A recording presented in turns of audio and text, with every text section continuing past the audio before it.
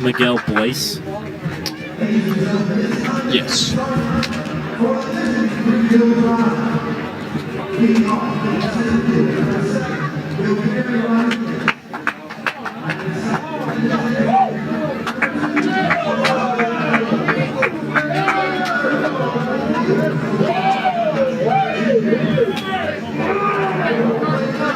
Brandon Crawford.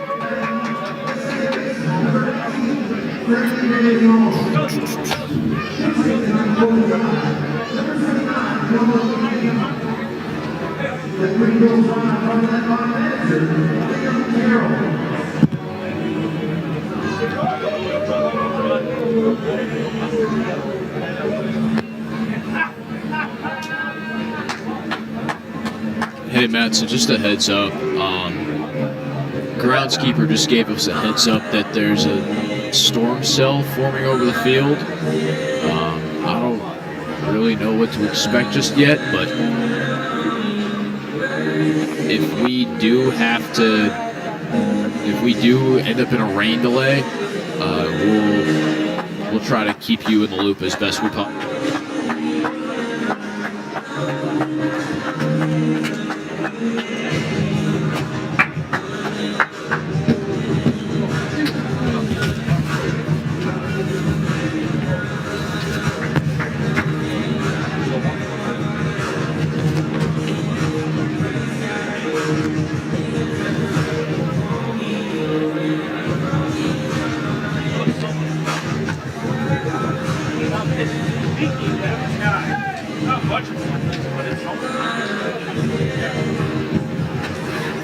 Alright, looks like Curtis is starting to come into the bullpen, so should time out pretty well.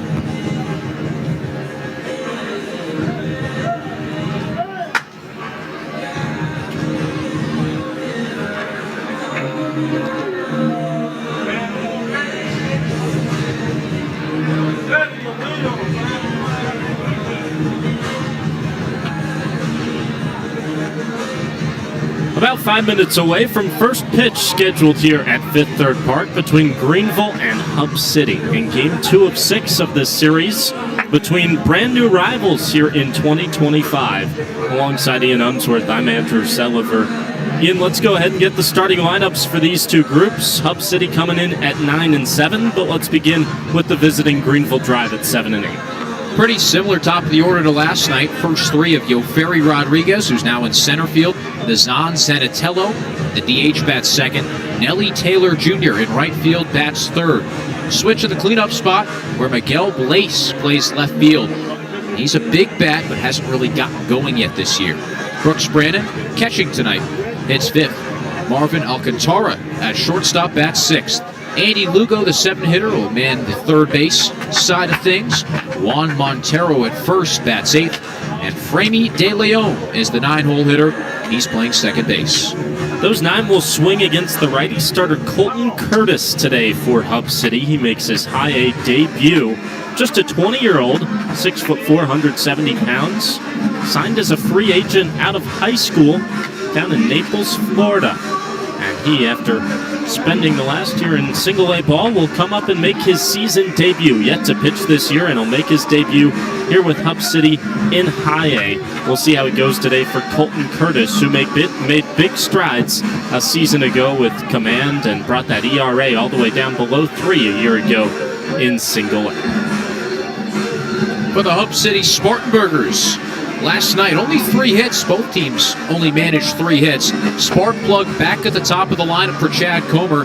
Dylan Dreiling back in left field. Anthony Gutierrez, team leader in hits, bats second. Keith Jones, the DH, hits third. Arturo Diesla plays first, hits fourth. Casey Cook at second base in the 5 spot. Julian Brock back behind the dish for a second straight night, bats sixth. Glader Figueroa at the hot corner, hits seventh.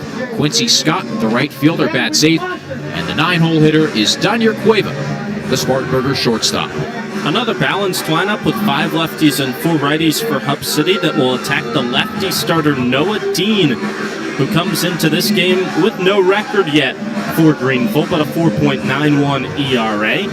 5th round pick 3 years back out of Old Dominion. I'll tell you more about Dean as we go throughout the broadcast, but so far he's been held to some shorter starts, 2 appearances so far this season. His first 3 innings pitched against Asheville, but his latest he didn't get out of the first 6 days ago against Winston Salem. Both these starting pitchers, Ian, the concern is the command. You want to see him in the strike zone early and often. Well, you start off the season as Noah Dean did with 4 walks and 5 strikeouts in just 3 innings. Ball might get sprayed around the zone a little bit. It'll put home plate umpire Gustavo Garza to task to be pretty consistent back there as you get pitchings from very different angles, a righty and a lefty, and pitchers who still have a lot to prove growing through their minor league careers. When we talk about Curtis on the other side for Hub City, his first year he only pitched about 7 innings down in the Arizona Complex lead, and in those 6 2/3 he walked 8 batters. That's as many hits as he surrendered, so it was even walks to hits and 3 strikeouts more. But last year it was a drastic difference as he held those walks in check, dropping down from over a walk an inning to just half a walk an inning, and the strikeout numbers were up as well. So you want to see that trend continuing. Curtis is the youngest player to make a start on the mound for Hub City yet this year.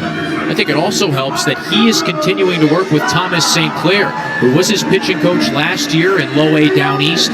St. Clair, a late promotion from Low A to High A to work with Hub City's pitching staff, and it makes sense that Curtis follows him there. He was scheduled to be in Hickory, did not pitch at all for Hickory, stayed in extended spring training in Arizona, so gets the call to Hub City to reunite with Thomas St. Clair. I think that's a relationship that'll prove dividends. Just a couple of minutes away from seeing that first pitch thrown from Colton Curtis. He's about to walk out of the first base dugout onto the field ahead of the national anthem and then make his high A debut against the Greenville Drive. And that starting lineup for the Drive that has 2 lefties, a switch hitter, and 6 righties against the righty Colton Curtis. Hub City wearing tonight their royal blue tops with the green numbers and lettering, the white pants, and the green hats with the blue bill.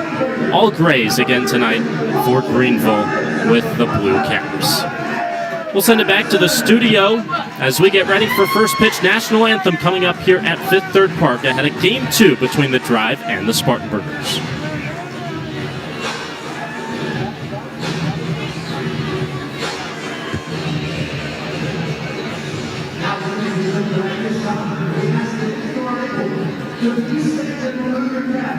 For the singing of our national anthem, being performed tonight by Cassidy Jesus.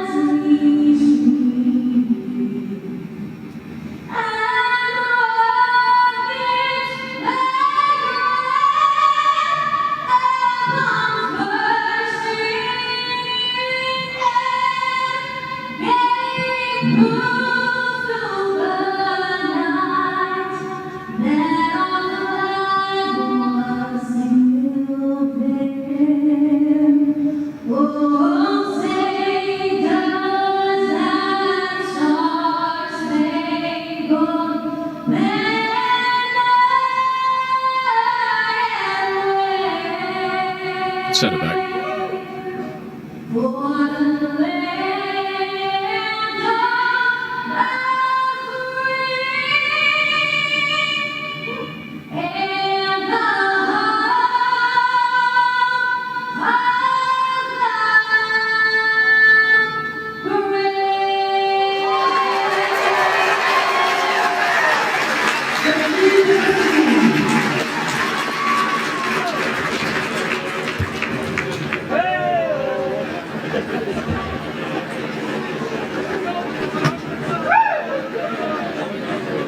Great to have you with us for another beautiful night at brand new Fifth Third Park. Get ready for Game 2 between the Greenville Drive and the Hub City Spartanburgers. After last night, a pitcher's duel went the way of Hub City, 1-0 in just a 2-hour and 20-minute ball game. Hub City got it done with a double steal to score the only run of the game in the bottom of the 5th inning, and then the bullpen after that, Ian, pretty lights out.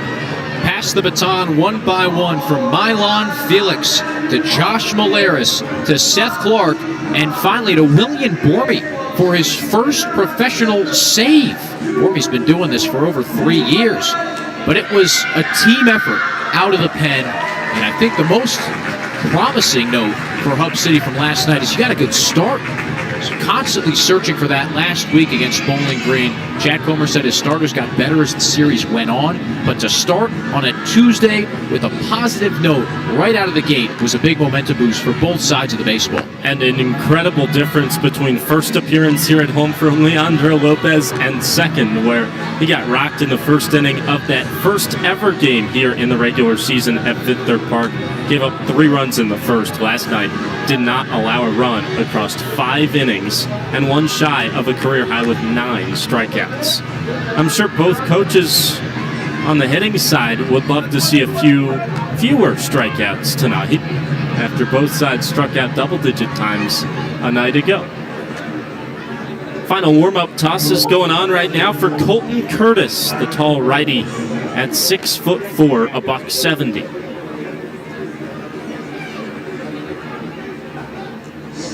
You never know exactly what you're going to get from a guy making his high A debut. So Chad Comer will wait and see how the start goes for Curtis. First start of the season after he did not make an appearance for Hickory, where he was slated to begin the season. Faces one of 3 lefties that he'll see today. Yoferi Rodriguez leads off from the left side. Ready for baseball. out of the windup. And the first pitch from Curtis. In tight for ball one. First pitch tonight at 6:40. Cloud cover, but the sun peeking through. 1-0. Bouncer on the ground over to second base. Weak roller there. Cook has it, and he throws to first. That's the first out for Colton Curtis and crew. The leather back behind Curtis defensively. Casey Cook just made that play, a 4-3 put out over to Arturo Diesla, who gets the start at first base. Rest of the infield, Daniel Cueva at shortstop and Glader Figueiredo at third. First pitch to Zanatello in the 2-hole. Wave and a miss at the 95-mile-per-hour fastball. Dylan Dreiling out in left. Anthony Gutierrez in center. And Quincy Scott in right. The catcher tonight, Julian Brock, calling the signs for the starter Curtis, who throws another fastball in there for strike two. It's a very promising start.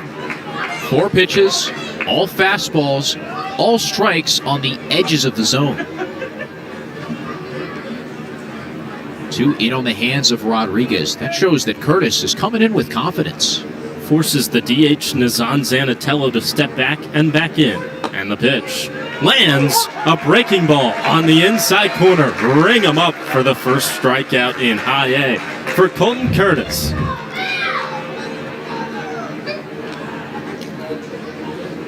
Four-pitch mix.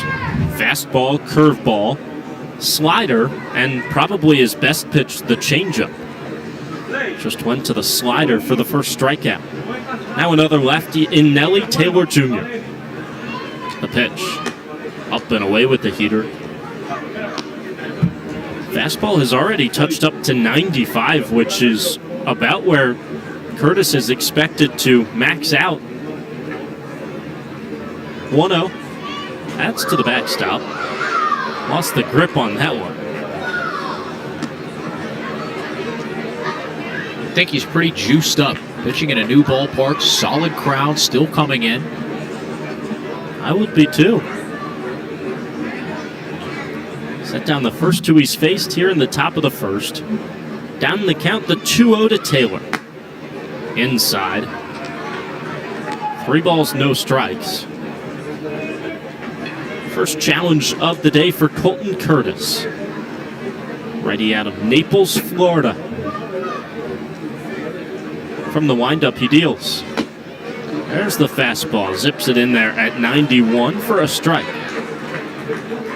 Signed as an undrafted free agent, which the Texas Rangers seem to have a knack of doing with high school prospects. 3-1. Lifted back, foul. Curtis works his way back into a full count. Rangers have had more success than almost any other organization in signing undrafted high school prospects. Took away Curtis from his commitment to Berry College down in Florida. Trying for a 1-2-3 inning. Wrestles with the ball in his mitt. Now the payoff pitch. Called strike 3. Can't do it much better than that, Colton Curtis. A 1-2-3 top of the first with a pair of backwards Ks to finish. Halfway through 1, Greenville 0, and Hub City coming to the plate after this. Here on Fox Sports Spartanburg 98.3 FM, your home for the Spartanburgers Radio Network.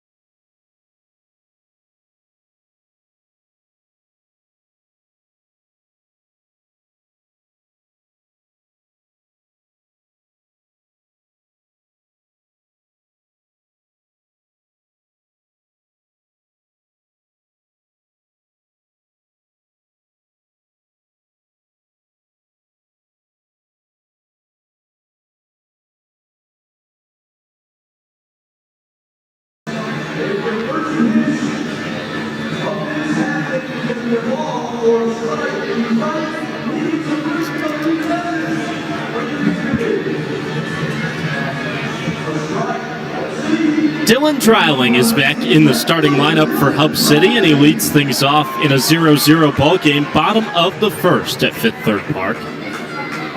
Staring out at the lefty Noah Dean, who kicks and deals. First pitch fastball in the dirt, ball one.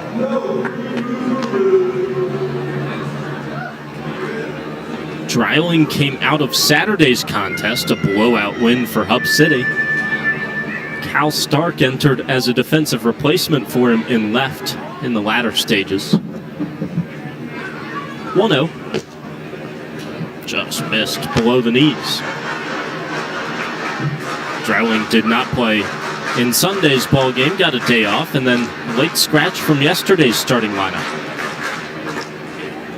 Tennessee product ahead in the count 2-0. The pitch taken all the way. That's a strike with the fastball, bottom of the zone.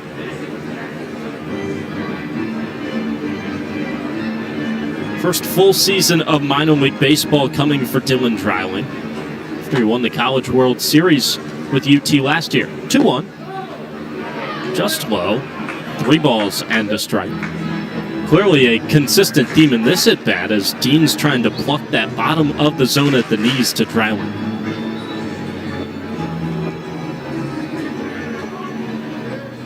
Dreiling awaits. Here's the 3-1. He bounces it on 2 hops back behind second base. The shortstop Alcantara throws low, and it can't be picked by Montero at first. Dreiling with his speed made that a tough play, and he reaches safely to lead off the bottom of the first inning.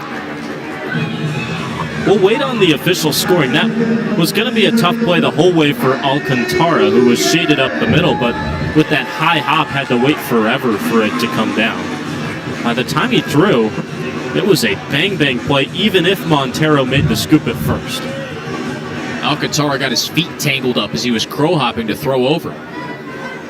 Nonetheless, Gutierrez to the plate from the right side, the pitch. That's taken for a strike at the top of the zone.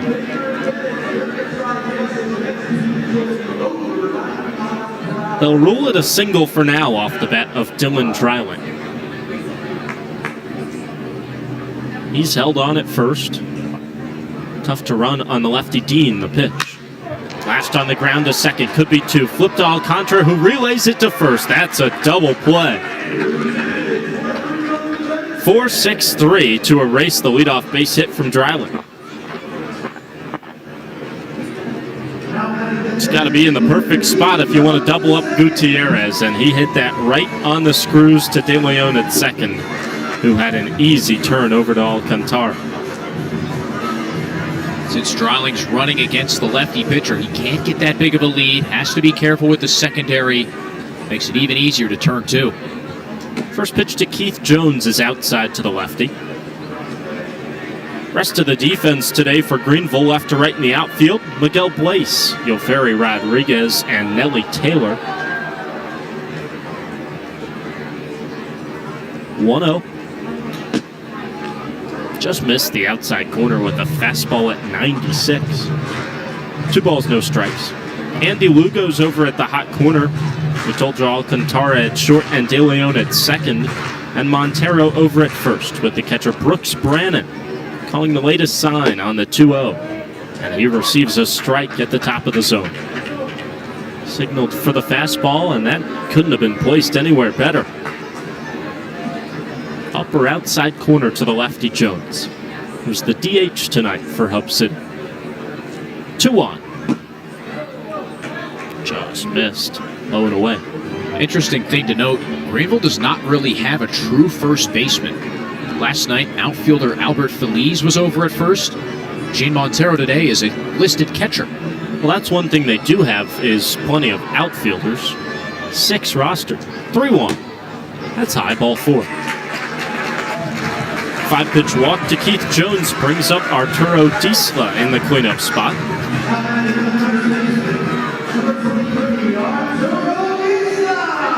That's the book on Dean. Walks have been an issue over his career.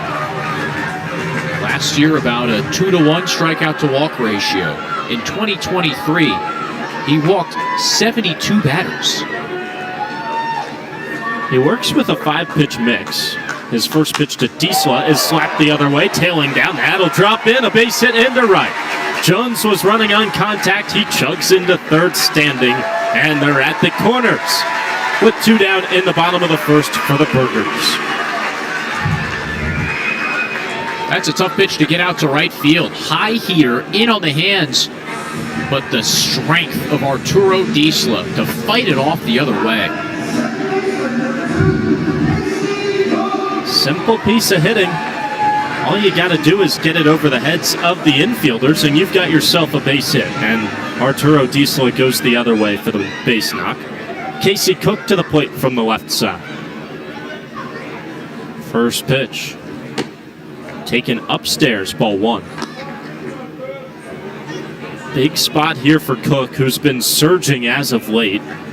The next 2 in the lineup got slow starts to the season. Julian Brock, Casey Cook. Still hitting below 200 this year. 1-0. That's dragged outside. 2 balls, no strikes. But both of them hitting up near 300 in their last 5 games. Julian Brock a fair share of 2-baggers, and Casey Cook a home run on Sunday. Pickoff throw to first, checking on Arturo Diesla, who is the least likely candidate to steal, but after what happened last night, you can never be so sure if you're Noah Dean. Perhaps he thought that Hub City might try the old double steal with the runners at the corners again. Now is 2-0 home. Dean gets the top of the zone with the fastball. 2 balls, 1 strike. Gustavo Garza, the home plate umpire tonight, and Michael Cross is out in the field. First and third, 2 outs. 0-0 bottom of the first and the 2-1. That's downstairs. Cook takes it for ball 3. Not seeing the full repertoire yet from Mr. Dean on the mound. Mainly fastball with just a couple of sliders mixed in. He has a cutter, a change, and a sweeper as well. 3-1. Up and away. And he's issued a pair of walks, and the bases are loaded for Julian Brock here in the first.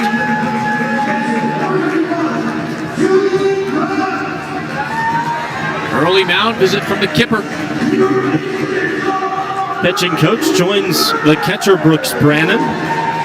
First baseman Juan Montero will also make the stroll up the hill. And a 4-man visit here in the first for Noah Dean. We mentioned pregame did not make it out of the first inning in his latest start. Across 2 appearances, he's just thrown 3 2/3 innings with a 4.91 ERA, and he gave up 2 earned runs in 2/3 of an inning last time out. 6 days ago against Winston, Salem, when he gave up 2 hits and 2 walks, and he did allow a home run.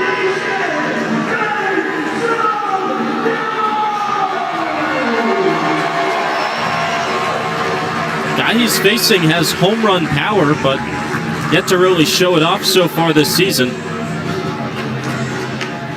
No home runs, but a whole handful of doubles for Julian Brock, who stands in from the right side. Bases full of burgers, and the pitch. That's low. Fastball zips in there at 95, but below the knees for ball 1. Jones at third, Diesla at second, and Casey Cook taking a huge lead off of first, where he's not held on.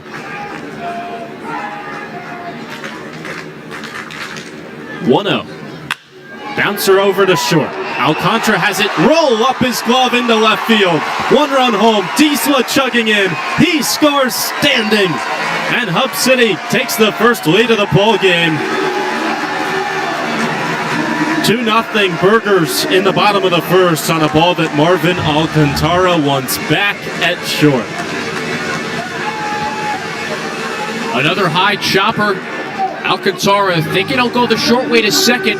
Turns his head to see the runner's progress. And before he could think, the ball was right on him. First and third for Glader Figueroa, 7th to the plate in the inning. Left on left, the pitch. Wave and a miss. Cutter up in the zone for strike one. Alcantara got the benefit of the doubt on the leadoff single from Dylan Dreiling, but that time he receives the error.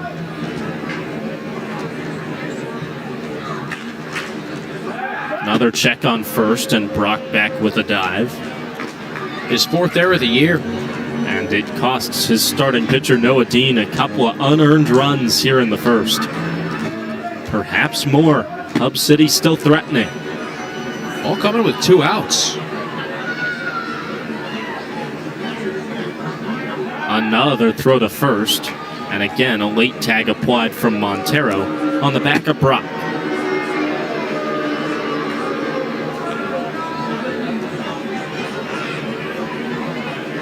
Cook is not held on at first, but Brock, rather at third, but Brock is held on over at first.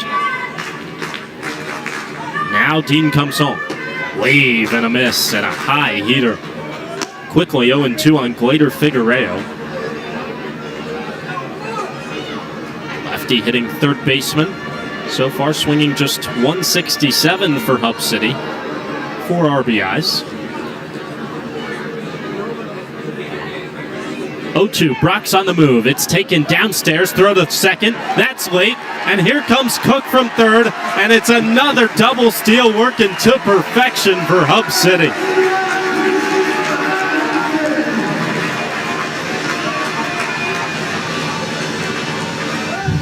"3-0 Spartanburgers," as Brooks Brannon threw away down to second base. His throw just a hair late.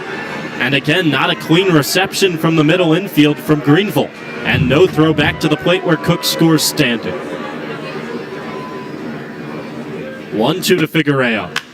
Lashed the other way, tailing toward the chalk and left. Blaze gives it a chase, and he runs it down just into fair territory across the line in left field. Deja vu a night later for Greenville. 1 pitch after the double steal. Noah Dean gets out of the inning.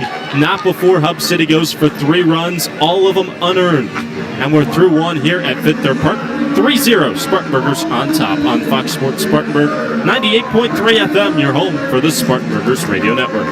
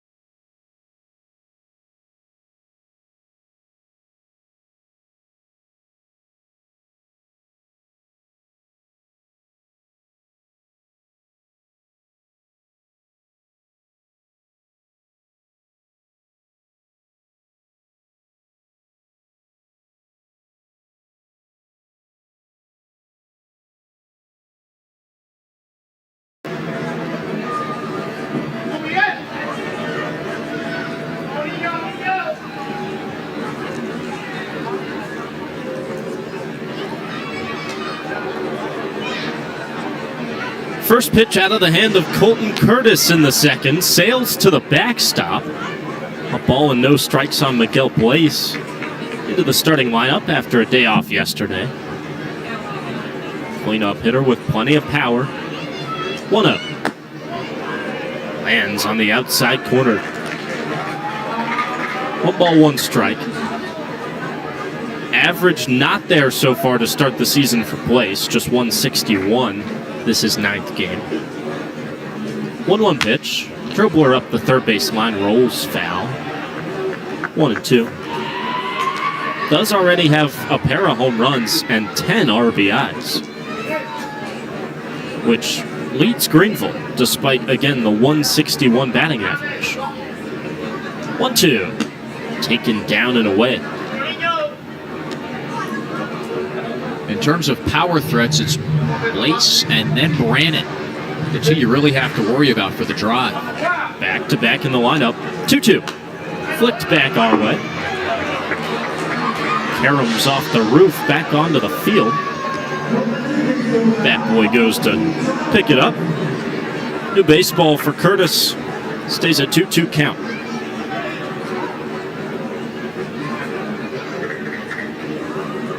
He winds, he deals. Foul back.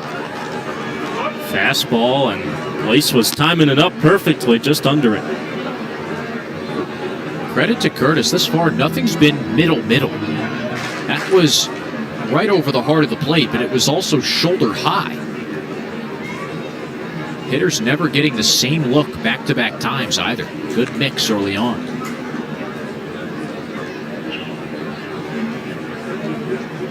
See what he goes to here, another 2-2.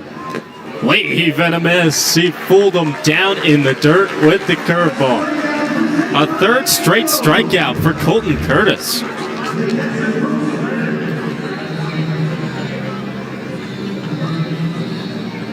That last swing from Blaze looked like a 56-degree wedge. Bent down trying to dig that thing out of a bunker. Second best prospect on this roster, made to look silly. First pitch to Brannon.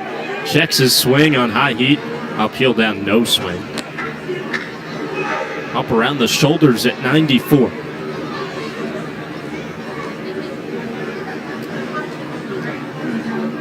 Right on right from the windup, the pitch. Cranked high and foul down the first base line. That'll find the seats.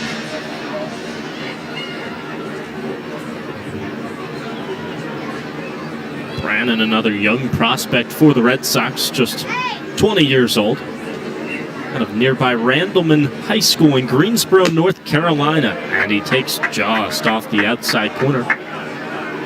2 balls and a strike. Plenty of pop in that 5'11", 210 catcher frame. 2-1. Flash down the right field line, tailing toward the chalk. Given chase by Scott, and he runs out of room. About 15 feet or so away from making that play as he grabbed the net and watched it bounce into the Dr. Pepper Terrace.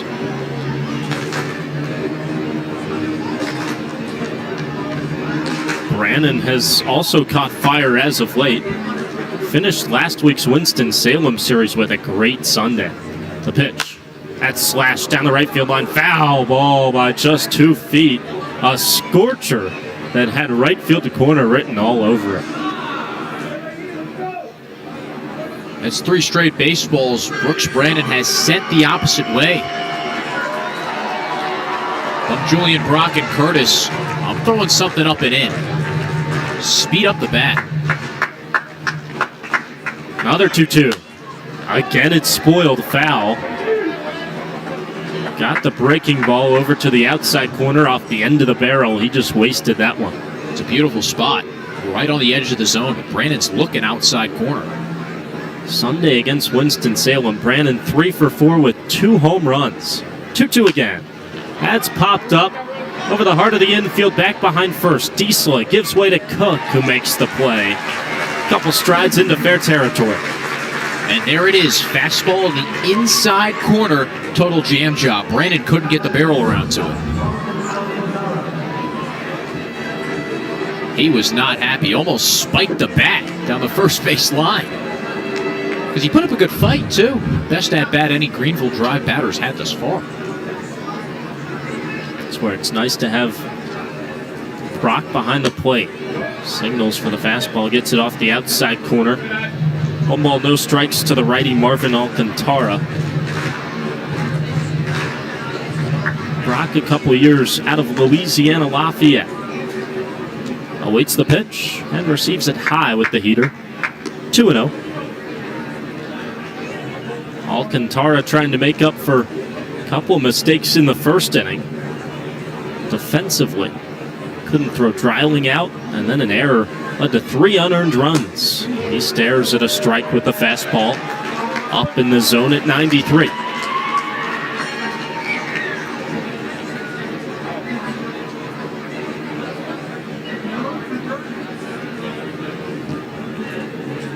Two-one pitch. That's there on the outer black at 94. 2-2. Alcantara leads this team with a .391 average. Got off to an incredible start this year. 2-2. Taken low and away.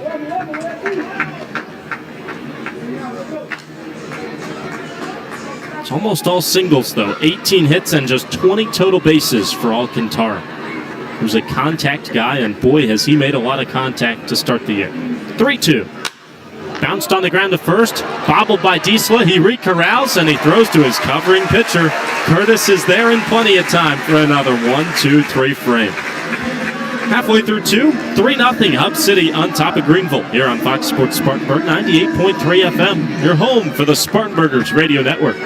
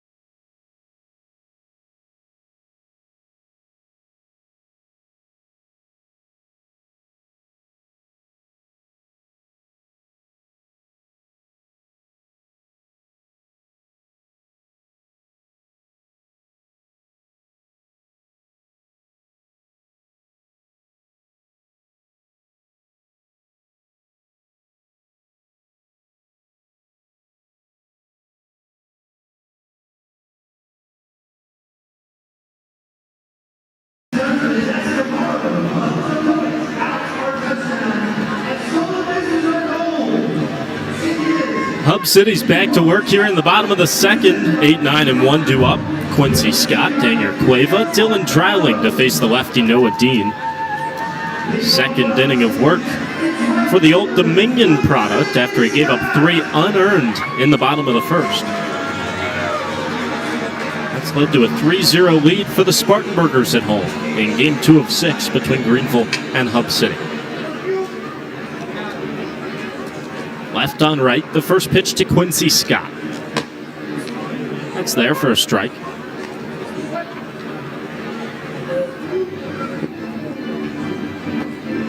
Dean, a 5th-round pick back in 2022. Winds and deals. Just missed the outside corner.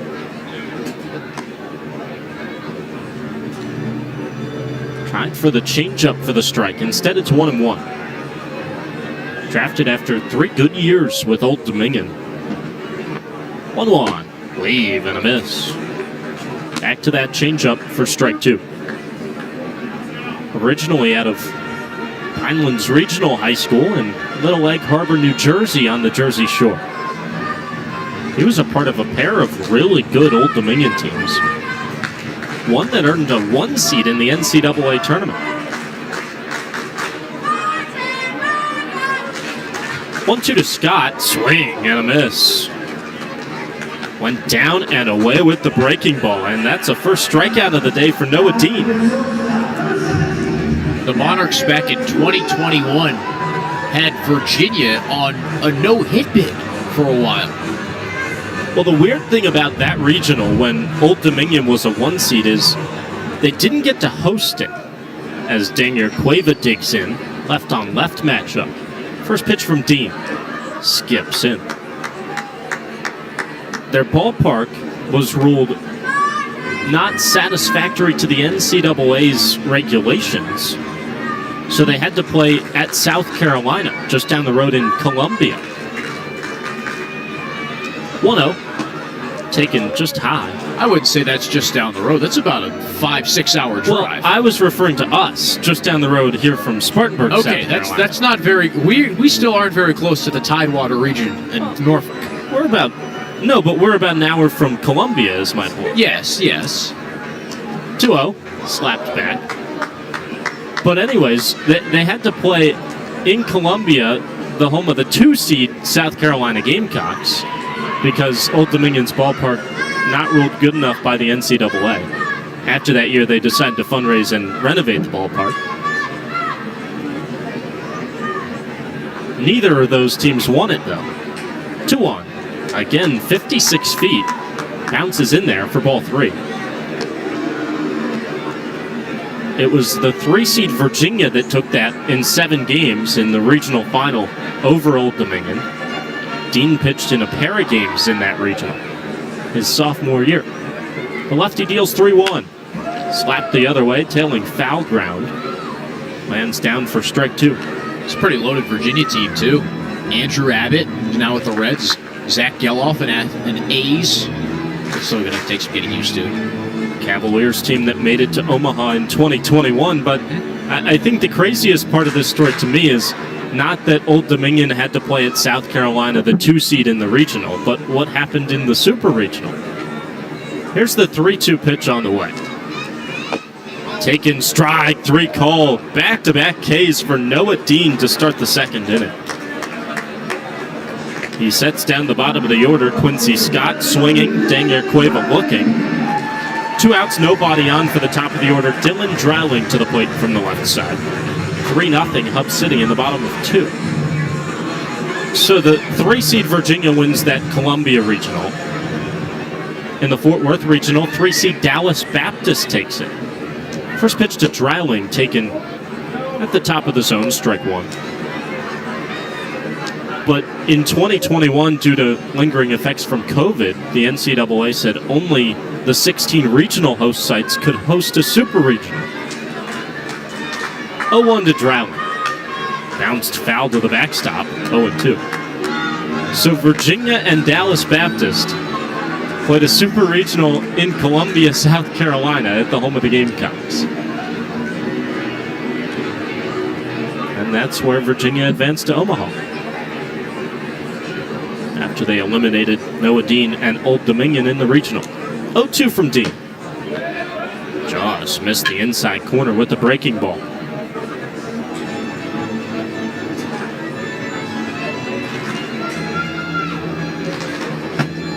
Dean trying to respond for a 1-2-3 second inning after he gave up 3 in the first. His 1-2 pitch, taken low. Dean licks the fingers, gets the baseball back from Brannon. He chose the left half of the rubber. Sets with the glove to his mouth. All shadows across the infield. And now, from the windup, he deals the 2-2. Belted down the right field line. That'll hook just foul into the concourse. Drowling got a hold of that one and took it about 300 feet into foul ground.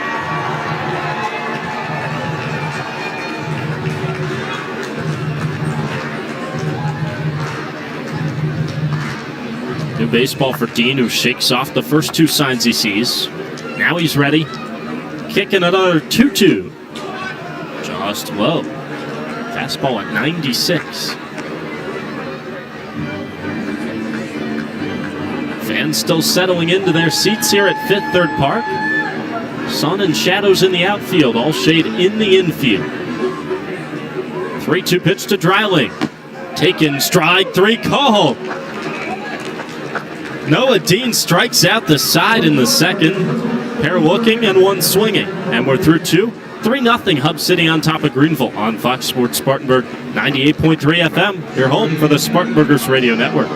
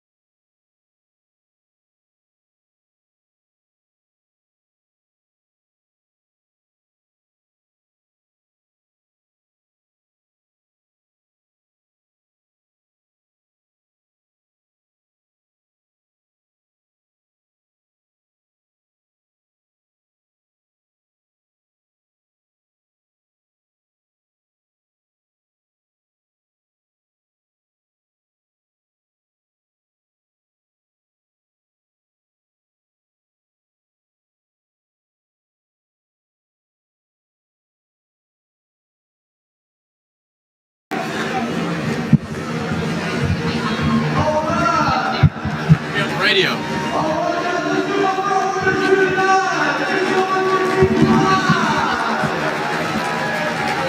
Top of the third here at Fifth Third Park. Andrew Silver, Ian Unsworth with you. 3-0 Hub City on top of Greenville, thanks to 3 unearned in the bottom of the first inning. Colton Curtis back on the mound for the third. He faces 7, 8, and 9 in the lineup for Greenville.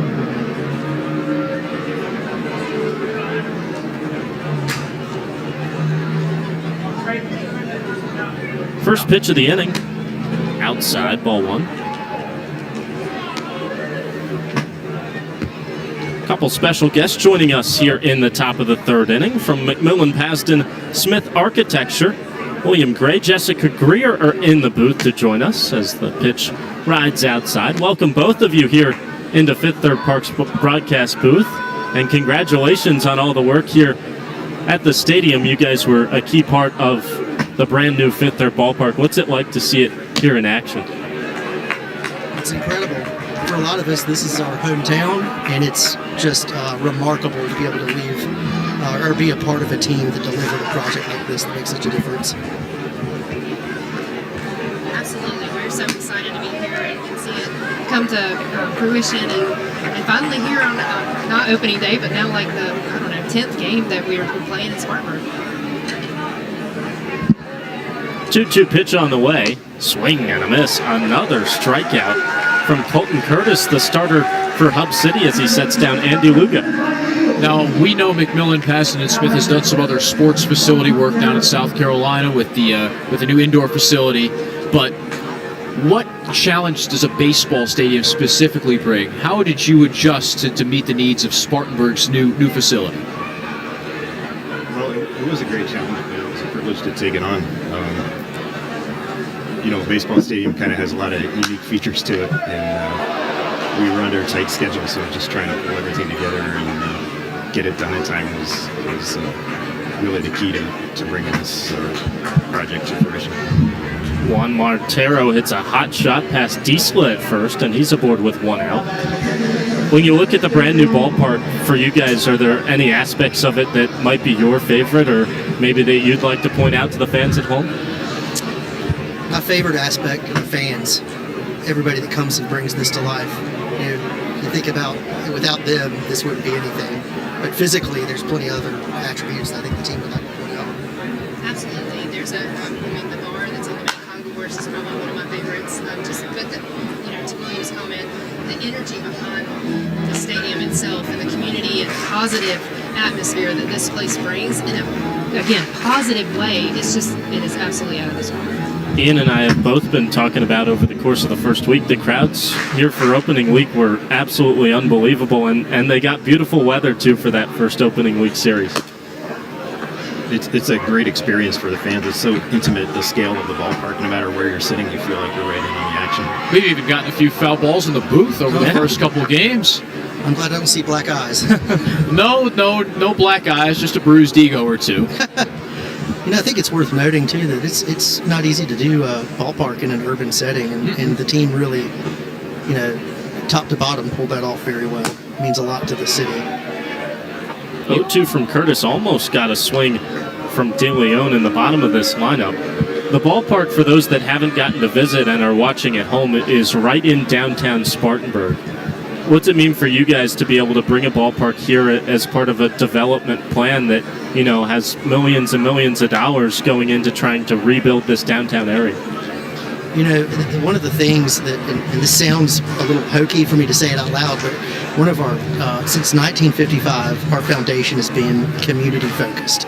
And that means a lot to a lot of people, but to us it means real intention and attention and intention to doing the right thing for our community. And so when we think about, unfortunately, when we think about what that means, it's a part of a lot of development happening in the area, from the planetarium, the county building, office buildings, hotel, that we're all a part of, and that's incredibly exciting. De Leon goes the other way with a fastball out of the hand of Curtis, and they're at the corners with one out here for Greenville in the top of the third. Our friends from McMillan, Pasden, and Smith Architecture joining us here in the top of the third to talk about the brand new Fifth Third ballpark. Obviously beautiful weather again tonight as we are in the top of the third with a 3-0 lead for Hub City. First pitch with the runner on the move from first. The throw to second is not in time, but the runner, De Leon, slid off the bag, and he's tagged out over there by the shortstop, Cueva, for the second out of the third. So we get some energy out of you guys for the tag play at second. Yeah. What does Greenville against Spartanburg mean to you? We got a rivalry brewing here. All right, so Matt and Jessica and I are all in our Spartanburg office. And we've got some Greenville folks over in our suite tonight. So let's just say it's a healthy competition. Well, so far so good for the host, the Hub City Spartanburgers. Yeah, I don't need to point out the obvious, but I agree. It'll be a season-long rivalry. Yeah. 24 games between these two. Both of them will play 2 6-game series at either ballpark. Already a 1-0 series advantage for the Spartanburgers after a pitcher's duel win last night. And everyone in the upstate is going to compare Fifth Third Park to Fluor Field. I think that's an obvious. Yes. Let's just say We're the best. this place is getting rave reviews from all over. Yeah. Even from some people we know out in Greenville. That's terrific. What's really cool about this park is when you're outside the park, you can see into the park, and when you're in the park, you can see outside. And like this beautiful Spartanburg skyline has MPS written all over it, which is amazing for us. I remember when we were knee deep in construction and just standing on the concourse and looking out, and even on the VIP level, looking out, all you saw was construction cranes in the skyline. And to see that image while you're under construction and now completely finished, and see the completion in the spring with all the new developments and things happening, it's just exciting, and Spartanburg has a lot going for it. I'd love to have a bigger one on. 2-2 is spoiled out of play by the leadoff hitter Rodriguez. Greenville trying for its first run of the night with a runner at third and 2 outs. First run of the series, Yeah, nonetheless. exactly. So far, 11 scoreless innings from arms from Hub City. Another 2-2 on the way from Curtis. Just missed the outside corner.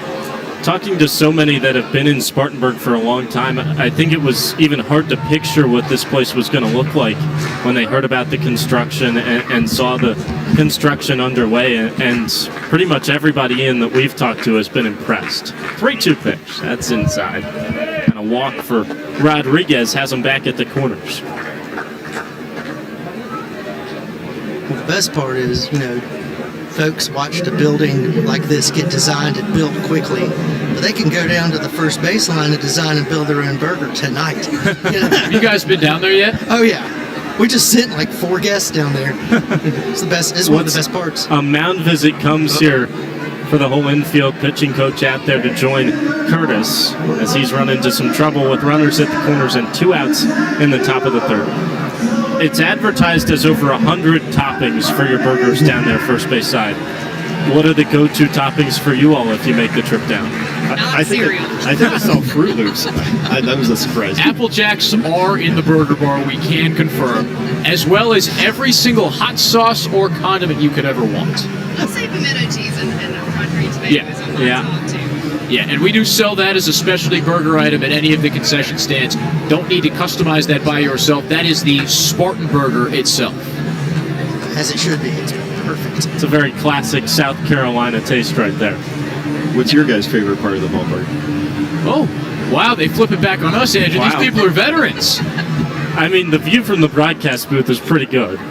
It's First spectacular. I think the underneath, all the artwork that's been done on the player areas, it feels like Spartanburg, and it also feels like the Rangers, that these guys are so close to the big leagues, they can taste it. And I think it's well done, and I also think it's professional, from the Bluetooth sound systems in the clubhouse to the weight room design to the batting cages.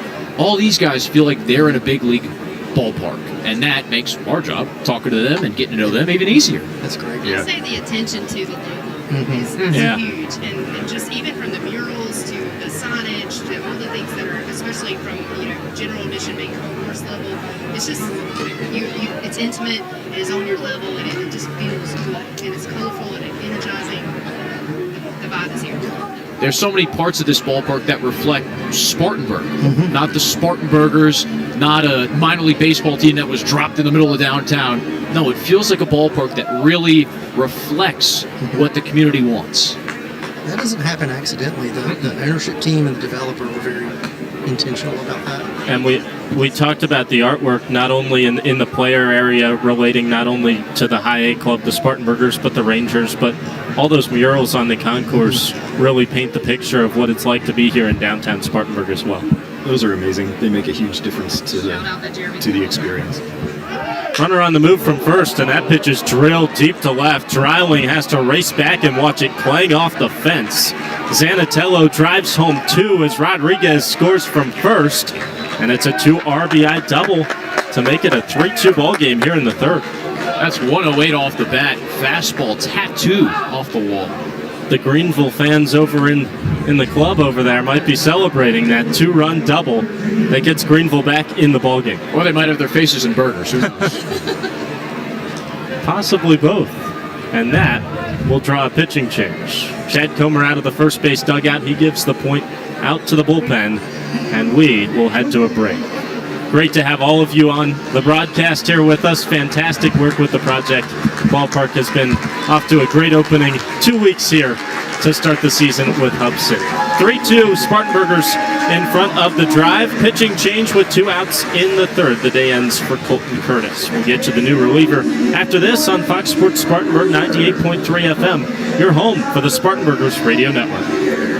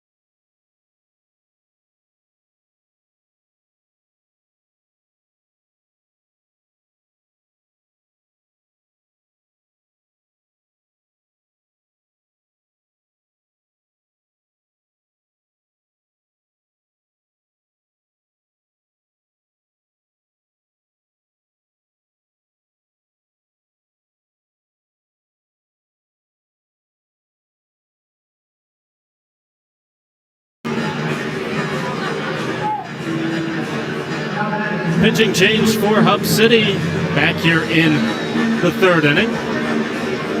Adonis Villavicencio out of the pen ends the day for Colton Curtis after he gave up a 2-run double off the bat of the 2-hole hitter Zanatello.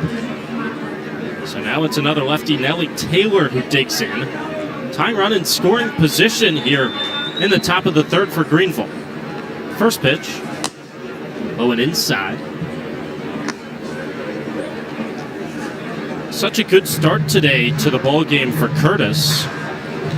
Got through 2 innings of perfect baseball, but ran into some trouble in the third and couldn't quite get that last pitch to end the inning. 1-0 is skied on the heart of the infield. Brock from behind the plate ditches the mask. He's called off by the third baseman Figueroa, who makes a waist-high grab. Got a little dangerous in between a triangle of Hub City players, but that's the final out of the third inning. In the top half of the third, 2 runs on 3 hits, no errors and 1 left on. Halfway through 3-2, Hub City in front of Greenville on Fox Sports Spartanburg 98.3 FM, your home for the Spartanburgers Radio Network.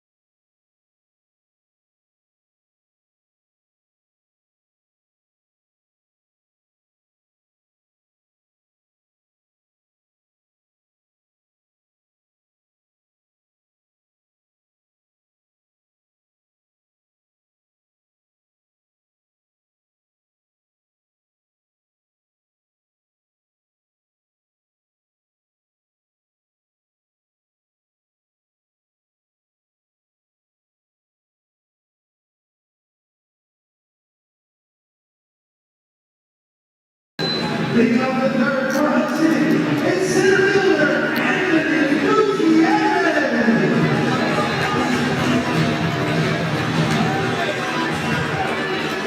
Greenville cuts into the Hub City lead in the top of the third. Headed to the bottom half, 3-2 Spartanburgers in front of the drive.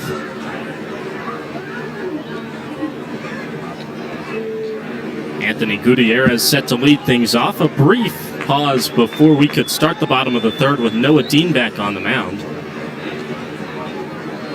Bullpen door was left open in right field. First pitch ready, and it's in there just below the knees, inside corner, ball 1. If Brooks Brannon, the catcher, holds on to that one, might be a close call, but fell off the side of his mitt. From the windup, 1-0. Flick back to the screen.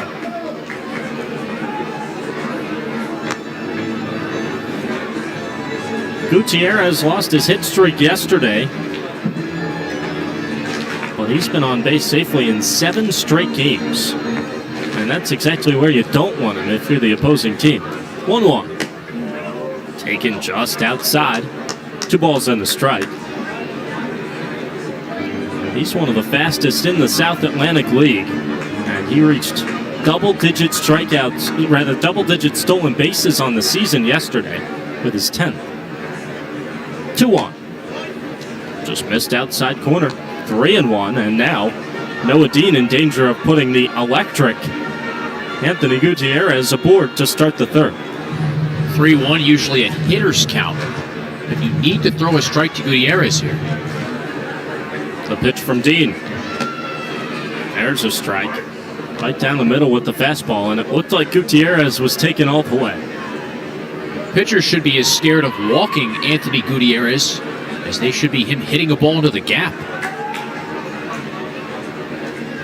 Dean trying to avoid the free pass. His payoff pitch. Taken, strike 3, call. Just caught a piece of the bottom of the zone. It's 4 straight strikeouts for Noah Dean.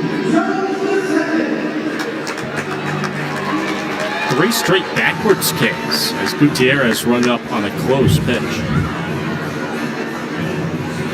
After a rocky first, Dean is locked in.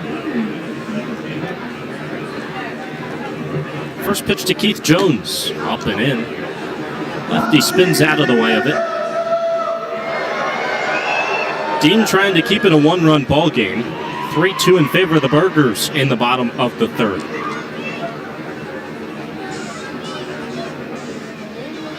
(1-0). That's a called strike, inside corner. 1-run games had been a specialty for Greenville until yesterday's 1-0 win for Hub City. Finished last week's Winston Salem series with 3 straight wins, all 1-run games. The pitch. That's in there. Slider on the inner half. Strike 2. It took 4 of 6 against the Dash. A lot of late drama, a walk-off win with the Lugo bat flip. Oh, yeah. Talked about that yesterday. A lot of craziness in that series. 1-2 to Jones. Taken, strike 3, call. My goodness, another backward K on a sweeper that just caught the outer black. 5 straight strikeouts from Noah Dean, and the last 4 have been looking. Arturo Dieslo will try and end that streak with 2 outs and nobody on in the 3rd. First pitch to the righty. He takes a fastball in there, strike 1. So Friday against the Dash, a 3-2 win for Greenville. The chaotics of that game, the fireworks show started early on Friday night. In the middle of the game, the fireworks started going off and delayed the game. 0-1. Poked over to 3rd. It rolls right on the ground to Lugo, who fires to 1st and just able to stretch out. Montero holds his foot on the bag to end the inning. Strikeout streak done, but a pair of strikeouts and a ground out for a 1-2-3 inning on the mound for Noah Dean. Through 3, it's 3-2 Hub City here on Fox Sports Spartanburg, 98.3 FM, your home for the Spartanburgers Radio Network.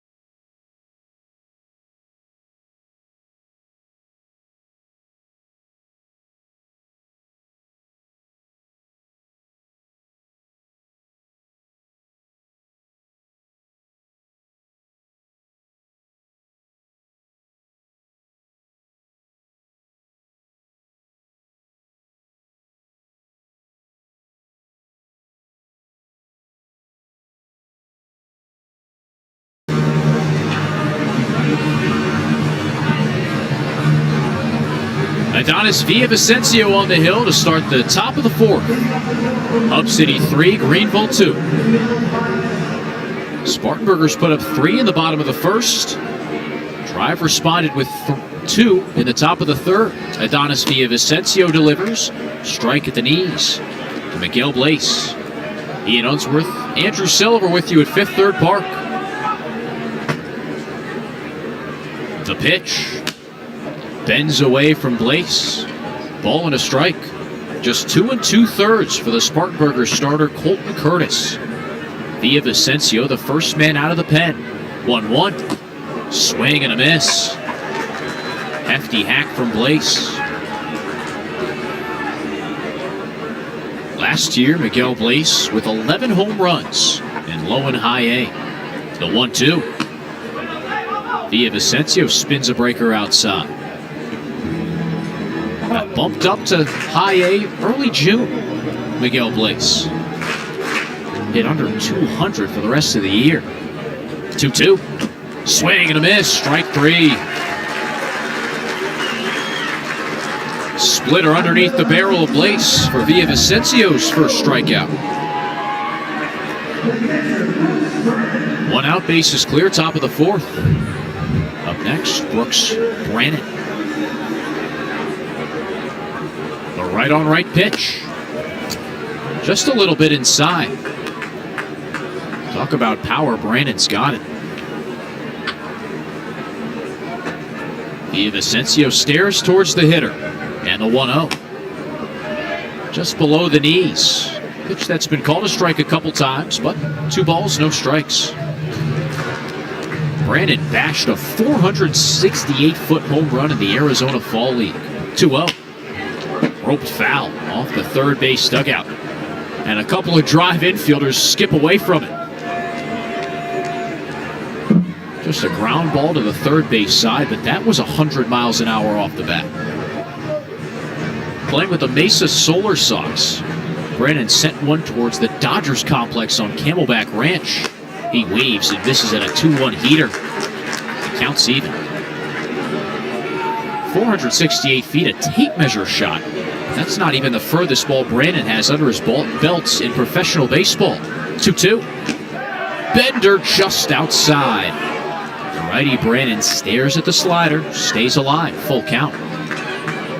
Last year in low A, Brannon hit one 482 feet, cleared Salem Memorial Park. 3-2, chop to third, 2 bounces. Figueroa backhand stab, throw on a hop, in time. Figueroa let the ball come to him. He's got enough rocket in the right arm to get it across. And Diesla, as always, helps out his third baseman with the scoop. 2 outs, top of the 4th. 3-2 ball game. Spartanburgers in front. There's Marvin Alcantara. Villavicencio deals. Off speed for strike 1. Bang, bang play over there at first. Figueroa gets the benefit of the call. 0-1. Fastball ripped the other way. Stab from Diesla at first. He spins, takes it to the bag himself. The whirling dervish, Arturo Diesla, picks it off his heels, and that's the final out of the top of the 4th. Spartanburgers 3, Drive 2 on Fox Sports Spartanburg, 98.3 FM, the home of the Spartanburgers Radio Network.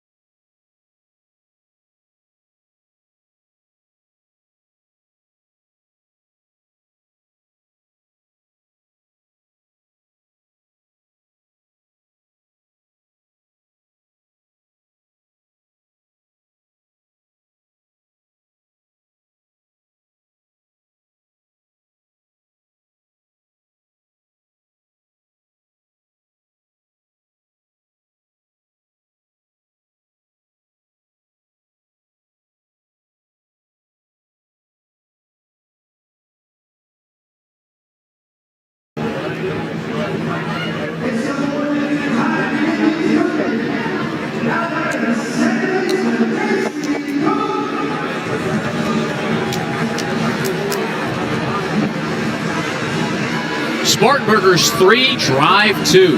Bottom of the fourth at Fifth Third Park. Lefty Noah Dean back on the bump. He delivers. Casey Cook cranks a fly ball to left center. Long run, Rodriguez over there, and he seeds way to Blyce. Oh, at the last second, the center fielder tailed off, and Blyce, the left fielder, late arriving, made the shoulder-high catch. Those two from the same hometown, San Pedro de Macorís in the Dominican Republic, know each other well. What a second where your heart might have stopped a beat. The first pitch to Julian Brock. Dean delivers. Foul tipped, strike one. Julian Brock behind the dish for Hub City with a new haircut. Just got it cleaned up earlier today. Dean, a deep breath. And the 0-1 pitch. Change up a little outside. You know what they say, look good, play good. Brock rocks the cross necklace. Navy arm sleeve. On the left wrist, he's got the play call sheet from the first base dugout. The 1-1. Served on the ground to third. Two hops to Lugo. Laser throw across. Montero catches head high for the second out. That catcher play call sheet's becoming more and more common across the game of baseball. Usually something that started in football. You see the wristbands, the quarterbacks look there, they get the play from the sideline, relay it to the huddle. But it's made its way into baseball, high school, college, and now the professional ranks. Left on left, Dean to Figueroa. Knee-high strike, fastball at 94 miles an hour. College coaches have very unique ways of relaying signs. Sometimes they come from the dugout, sometimes the third base coach's box. Dean, the 0-1. Figueroa ropes it foul. Over the third base dugout. No balls, 2 strikes for Noah Dean, who's retired 9 straight.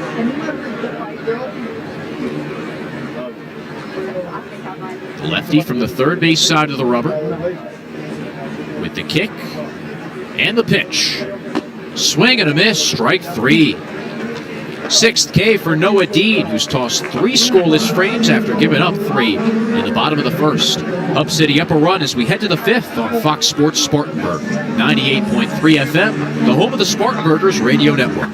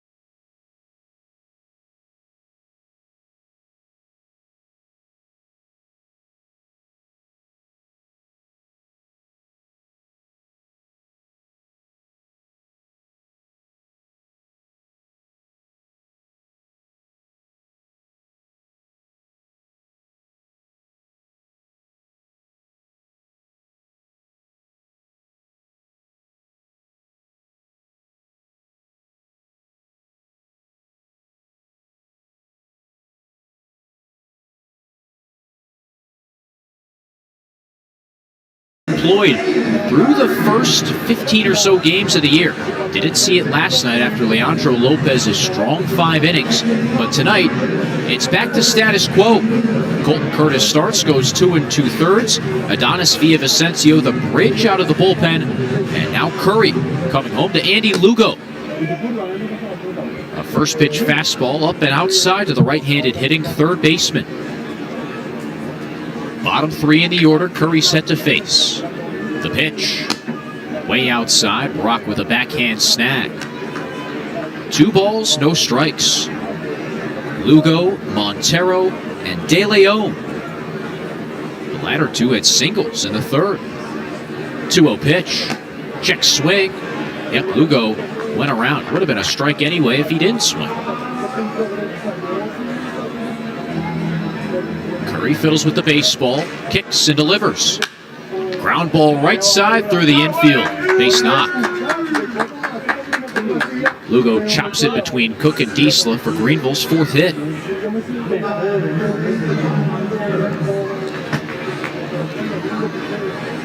Feels like the Drivers starting to put some better at-bats together here after a slow start to the series. Even though, Villavicencio hung a 0 up there in the 4th. A couple balls that were hit pretty hard. Good play over at first.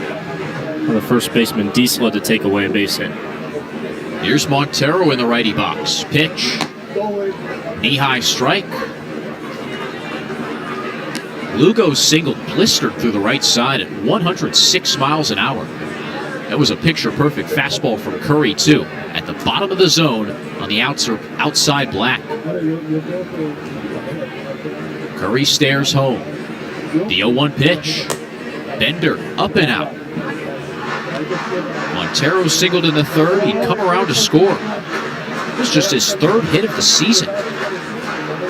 By the way, Lugo on first hasn't swiped the bag yet. Curry picks over, airmails Diesla, it skips towards right field.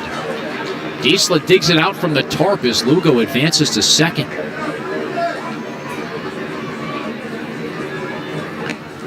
Oh, that's a bad combination. Yeah, only up a run. You can't really put yourself in that sort of hole. Luckily, the ball didn't get stuck behind the tarp or in the cover and allow Lugo to advance 2 bases. Just a bad combo of a guy that hasn't stolen a base yet and then an error trying to pick him off. And now Curry gets a time warning. He was set before Montero was ready. Have to have eye contact between pitcher and batter. The game's rhythm is completely off now. Montero takes time. He's trying to settle in. Lugo's on second. No outs in the top of the 5th. Hub City up 3-2. Curry fresh in the ball game. The pitch. 1-1 fastball. Called strike 2. 8. Curry's been knocked around in his first 2 outings. 7 runs, all earned on 7 hits, 7 walks. Trying to paint a different picture tonight. 1-2, skips in the dirt. Runner takes off for 3rd. Brock picks it up, but will not throw. Smart decision from Julian Brock because he was off balance in front of home plate. Would have needed a picture-perfect seed to 3rd. From a sidearm angle, nonetheless.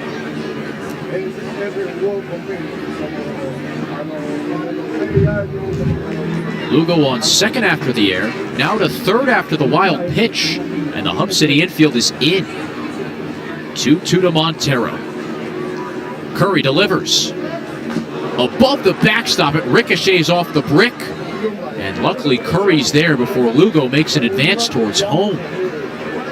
Well, I actually think Greenville's pretty fortunate that Lugo read that well and didn't advance to home. Because that ball came screaming back into fair play, and he might have been dead to rights if he decided to take off there, which normal read there. You airmail the catcher, you're running. The count's full of Montero. Right on right, pitch. Down and outside. Pretty close to the zone, but with the start Curry's had, probably not getting that call. Montero jogs to first. Runners on the corners, no outs. An adventurous 2 batters for Aiden Curry.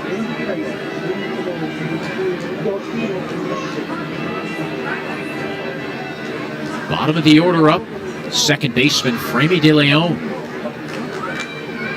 Curry in the stretch, the first pitch. Fastball just outside. Now he can't buy a call. Well, he's letting it really distract him. He was frustrated there, put his arms up like, where is that? And then he went behind the mound and he spiked the rosin in frustration. 1-0 pitch. That's a fastball for a strike. Still pretty close to the edge, but Curry gets that one on the outside corner.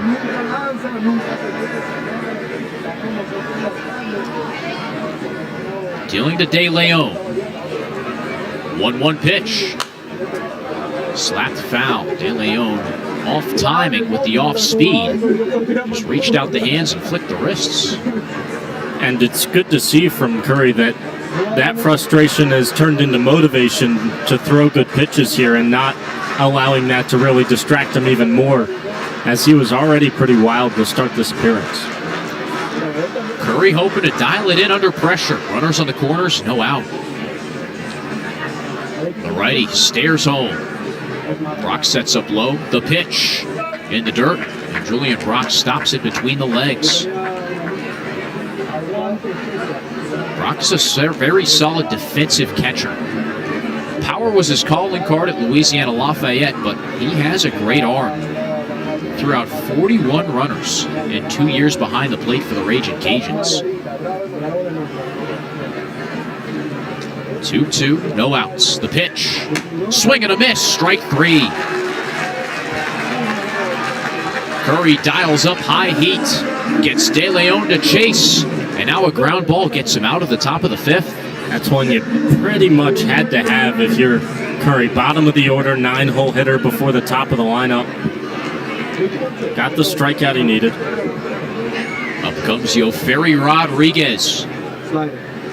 Witchy center fielder in the left-handed batter's box. Right on left, the offering. Draws a hack and miss.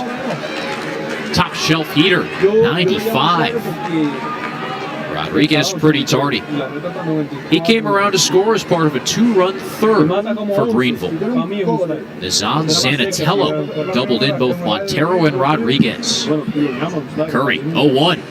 Off speed, ripped to short. Cueva digs it out, flips to second from his backside, and Cook drops it. Run scores to tie the game, and to make matters even worse, Daniel Cueva's on the ground, clutching his right ankle. What a fantastic play from the Hub City shortstop to keep the baseball in the infield and even have a chance of getting it out at second. Lugo comes home to score. It's 3-3.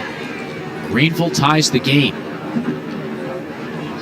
Kylie Brown, Spartanburger's athletic trainer, Chad Comer right there with Cueva, who's currently in a lot of pain on his stomach.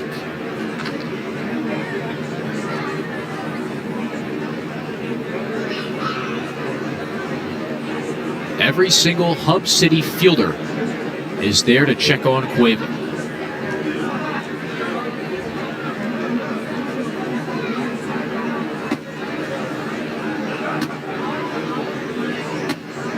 As the infielders, outfielders, and Hub City staff tend to Daniel Cueva will step aside from Fifth Third Park.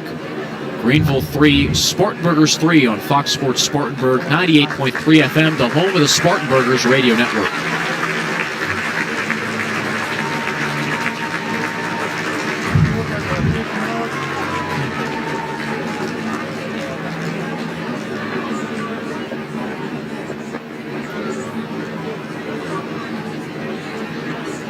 Let's do 60 seconds. Yeah.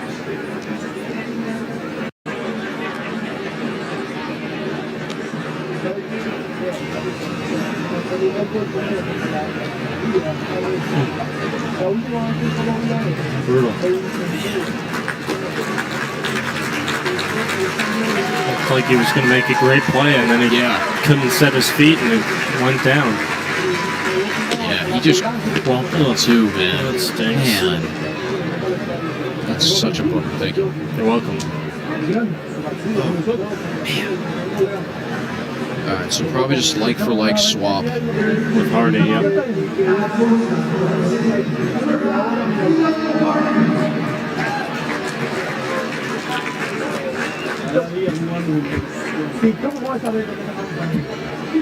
Three ball game, top of the fifth. Theo Hardy is the new shortstop for Hub City. Daniel Cueva helped off the field by trainer and manager.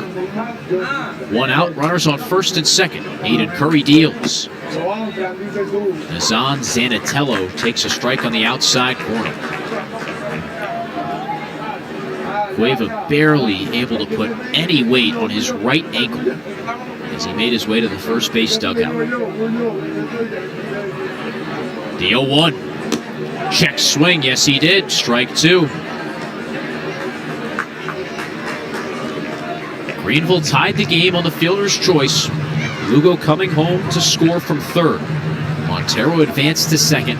Cueva tried his darndest to get the ball to Casey Cook at second, but the flip just a little late and a little low. Curry way ahead. Zanatello stands tall in the right-handed batter's box. Two looks at second. Curry, the pitch. Off speed, ring him up. Called strike three. Zanatello down looking for the second time tonight. Curry dots the bottom of the zone with a slider. 2 on, 2 out. Nellie Taylor stepping in. Feels like a lot of the life has been sucked out of Fifth Third Park, but for Aiden Curry, that's exactly the response you need. Montero on second, Rodriguez at first. Pitch to Taylor. Lefty takes a bender for a strike. Curry with 5 pitches in the arsenal. Heavy dose of off speed to these last couple batters to get back in a rhythm. After he walked, Montero gave up a single to Lugo. Greenville put the pressure on immediately. Pitch. Taylor takes high. Ball and a strike to the Greenville right fielder. Squat frame with a lot of pop. Taylor, 5'11", 180. 8 homers last year. 1-1. Bender called strike two. Nellie Taylor stepping way in front of those off-speed pitches. 54 runs batted in last year for Taylor, with both Salem and Greenville combined. Big 2-out RBI spot here. Curry, the 1-2. Swing and a miss, strike three. Tumbling changeup strikes out the side.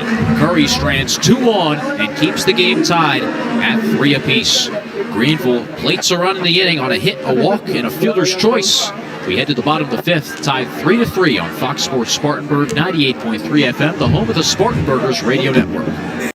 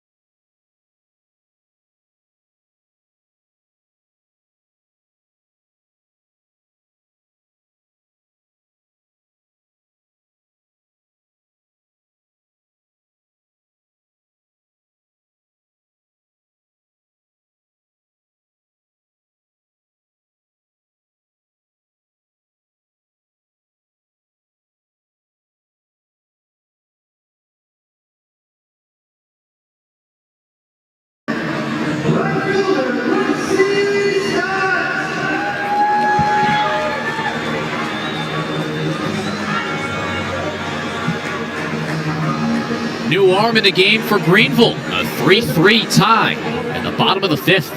Max Carlson, the righty, deals to Quincy Scott. Long release, a fastball, low and outside. No balls and a strike. Noah Dean's night is done after 4 innings, 60 pitches. Carlson fires. Scott takes an off-speed pitch inside. Carlson, the former North Carolina Tar Heel, making his 4th appearance this year. Giving up 10 hits through 9 prior innings. 2-0. Scott reaches out, hits a deep fly ball down the right field line, but out of play. Taylor gave it a jog, eventually ran out of room.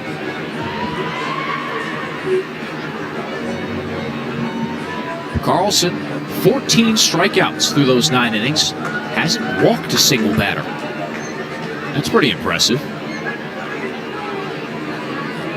His 2-1 pitch bends away from Quincy Scott. To finish the book on Dean, 4 innings, 2 hits, 3 runs, all unearned. Yep. 2 walks, 6 Ks. After that first inning, really settled in and was great. Pitch. Knee high, strike. Quincy Scott thought it was strike 3. Well, either that or ball 4, but it was kind of too far into the zone to be taking off for first as if that was ball 4. It's a well-placed fastball, 92 miles an hour at the bottom of the zone. Carlson will throw 3 pitches, a fastball, a changeup, and a sweeper. The payoff.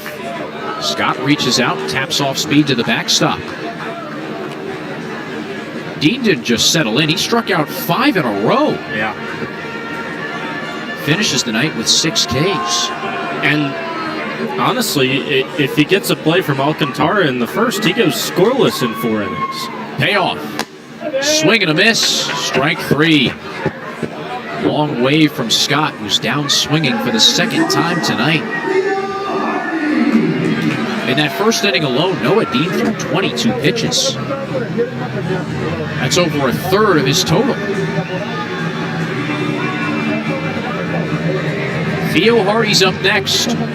Hardy filling in for the injured Daniel Cueva. Pitch. Off speed, up and out. Cueva left the game in the top of the 5th. Injured while trying to make a play at shortstop. Hardy fills in. Switch hitter from the left side. 1-0. Golf foul.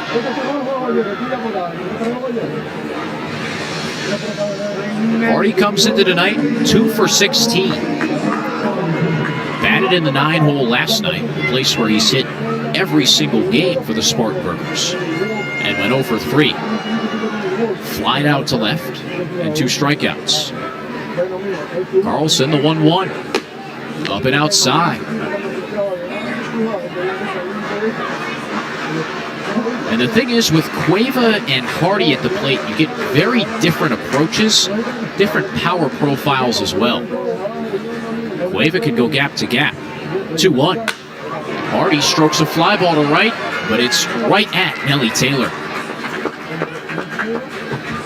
Saw Hardy talking with Drew Santis during batting practice, working on his swing and how he could get more velocity with a quicker bat path. But he's mostly a singles hitter. Not a bad thing at the bottom of the order, but you don't necessarily get the spark to get an inning going with 1 out. Line out to right brings up Dylan Dreiling with the bases clear and 2 outs in the 5th. Tie ball game at 3.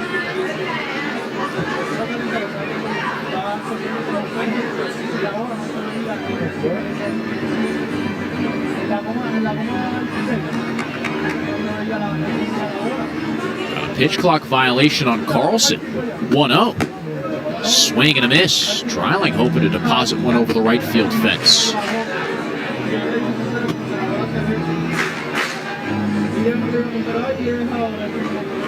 Infield plays the pull side shift. Another hefty hack at a fastball. Dreiling down 1-2.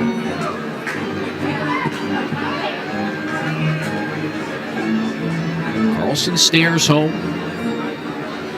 3 seasons as a starter at North Carolina. His 1-2 up and outside. Just like Hub City, Greenville will do the piggyback starter routine. Carlson gets a fresh inning straight out of the bullpen after Noah Dean's 4. His kick and 2-2. Down and inside. 43 appearances at North Carolina. 40 of them were starts. Also as a junior, ripped off the rare save. The 3-2 to Dreiling. Fouled back.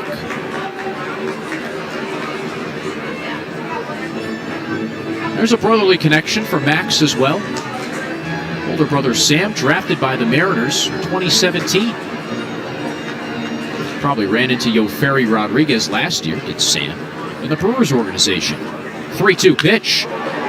Dreiling rips a liner into right center. That's a base hit. First since the first for Hub City. Felt like a long time coming. Dylan Dreiling gets a changeup, middle. Won't miss that. Up next, Anthony Gutierrez. Dylan Dreiling, for what it's worth, has 2 of Hub City's 3 hits. Arturo Diesel with the other knock. Gutierrez is grounded into a double play and struck out looking. Pitch.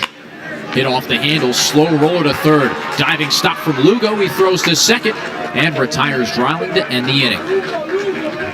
No runs on a hit, and 1 man left for Hub City after 5. A 3-3 tie between the Drive and the Spartanburgers on Fox Sports Spartanburg 98.3 FM, the home of the Spartanburgers radio network.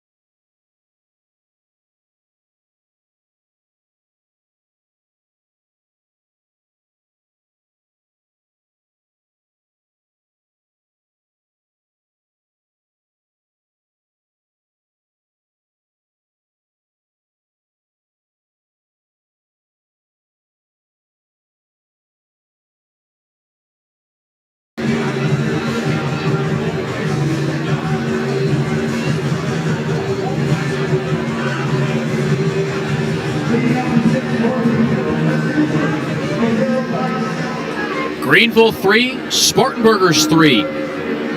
Second iteration of the I-85 rivalry. We're going to get 24 of them this year. Aiden Curry with a first pitch strike. Left fielder Miguel Blaze. Last night delivered a 1-0 ball game. Hub City holding on for its first shutout of the season. Curry, the 0-1. Off speed, just above the zone. Tonight we're tied. Even ball game. 1 defensive mistake from Greenville helps Hub City get a couple runs across in the first. The pitch. Lifted foul. And then Greenville ties the game in the 5th. Curry's first inning helped when Andy Lugo makes his way around the base pass with an error and then a wild pitch. He's brought in on a fielder's choice. Curry delivers. Wave and a miss. Strike 3. That's 3 Ks in the book for Miguel Blaze. Not a happy start in Spartanburg for the Greenville cleanup hitter. Just like Colton Curtis, who started for Hub City, Aiden Curry is another one of these undrafted high school free agents. He'll face Brooks Brannon. The pitch, way outside to another high school draft pick in Brandon, but rather traditional, a selection instead of a late signee. The 1-0, low and outside. For Aiden Curry, that undrafted signing was a little different because that was COVID. A 20-round draft, usually what we get now. Back before it was 40 rounds. Curry misses low and outside. It's 3 balls, no strikes. 40 round, 20 round, whatever. He only got 5 in 2020.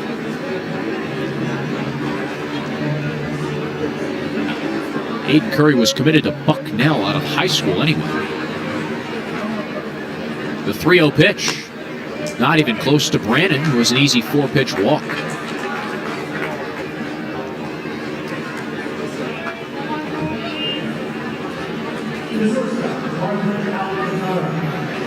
Up next, Marvin Alcantara. It's probably that itch to play pro ball and the opportunity to wear a professional jersey. It just means a little bit more than playing college baseball. Right on right, Curry comes home. All the way to the backstop. Big carom off the brick. All the way to the mound. Second time that's happened for Curry tonight. And it's bailed him out twice. That time easily should have been second base for Brandon, and he has to stay put. That's a catcher running at first. 1-0 to Alcantara, the shortstop for Greenville. Curry's pitch. Taken up and outside. And it's interesting to talk about this decision that a lot of high schoolers have to make as the catcher Brock goes out for a word with his reliever. How much of it has changed because of the NIL game? I don't think, in the case of guys that, you know, like the starter Curtis, who's committed to a non-Division I school, who signs after the draft, and NIL is going to have a big difference maker in that. He was a prep shortstop, too. Exactly. But I do think in the world of how many of these, you know, really top-level high school guys are going college versus going to sign and get drafted, I do think it will probably make a difference in that game, and more guys will end up in college and then getting drafted. Brock back behind the dish, 2-0. Fastball thumps the mitt, but lands a little outside. 3 balls, no strikes to Alcantara. Andrew, you've led me to wonder what Bucknell's NIL war chest looks like. 3-0 pitch.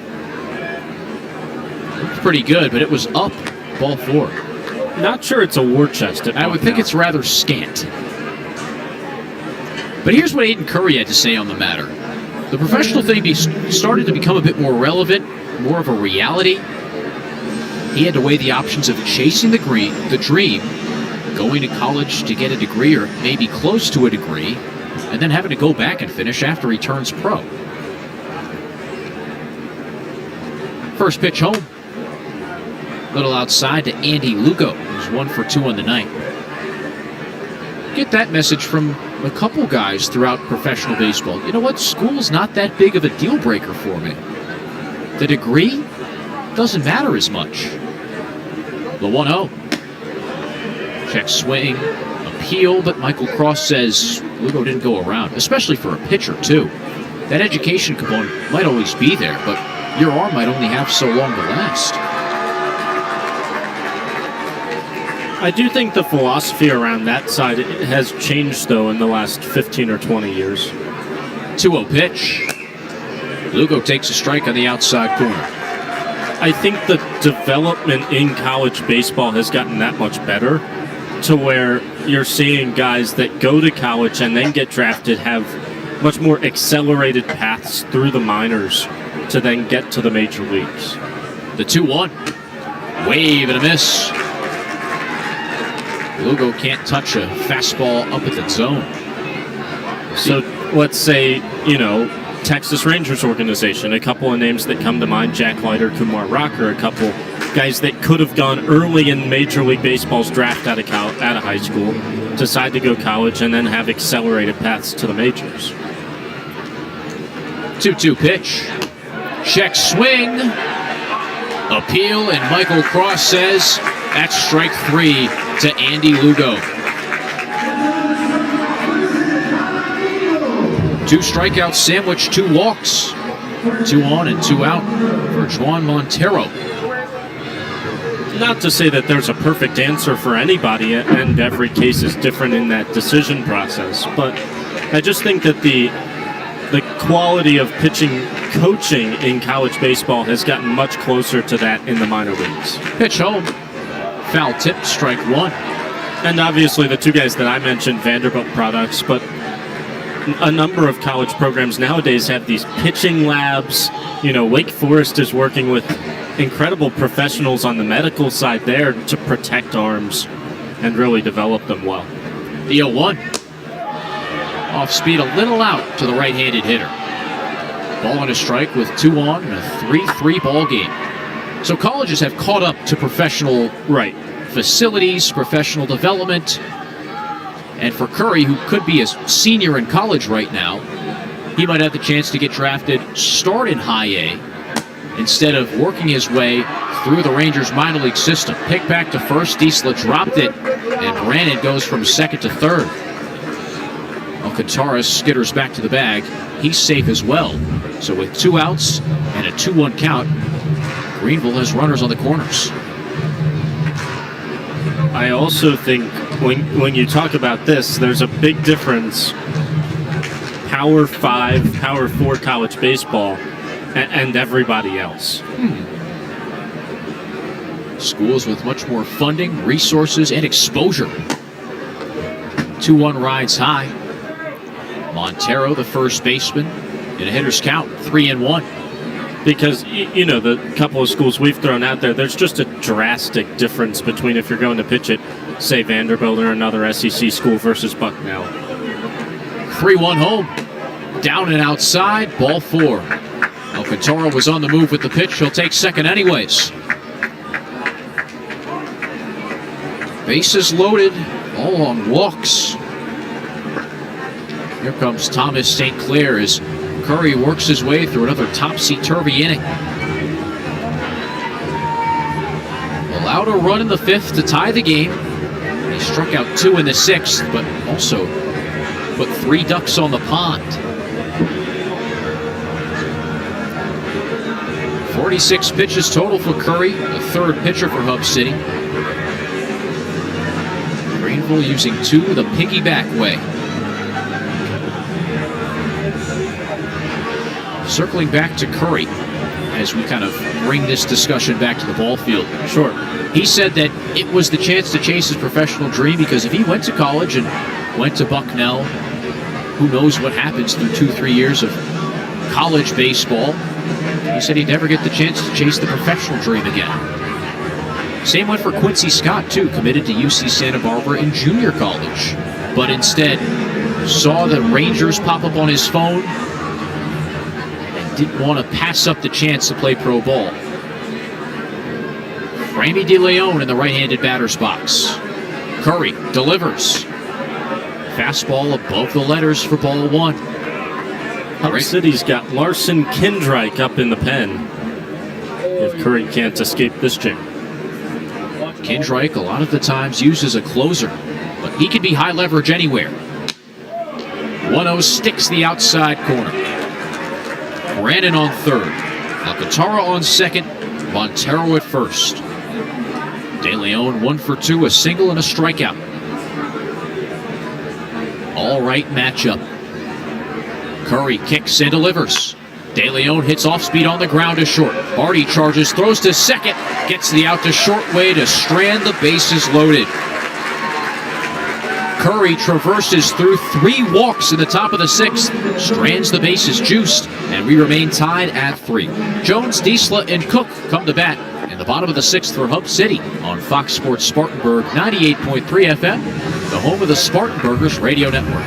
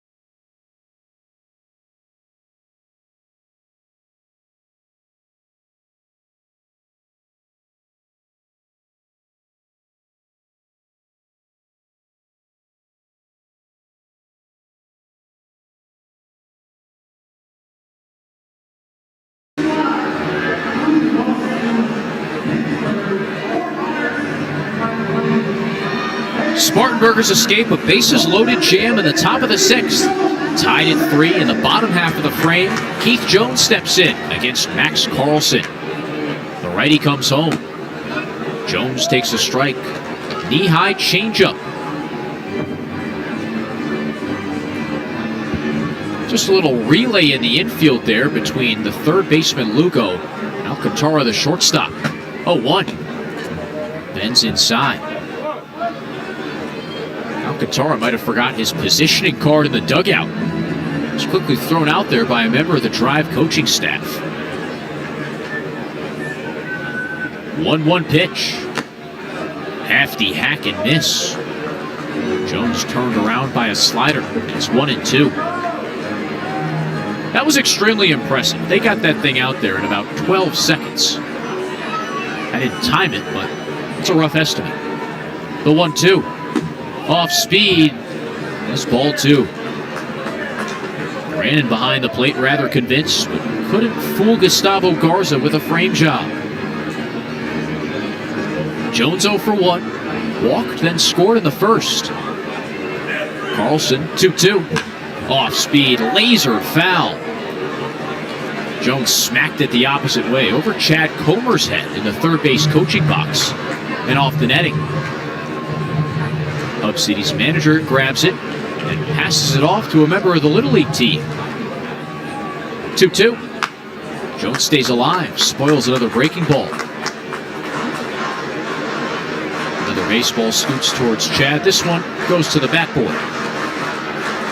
Little League team paraded onto the field with the Hub City players. They're all in uniform, right next to Chad, past the third base dugout. Jones spoils another 2-2 pitch, making the fastball over the backstop. Carlson's second inning, a strikeout, gave up a single in the 5th. The 2-2. Jones touches a changeup, I should say, foul. He's gotten everything from Carlson, all with 2 strikes, still battling. Arturo Diesla, Casey Cook to follow. Carlson gets the sign from Brannon. The righties 2-2. Jones rolls it over. First base side. Another foul ball.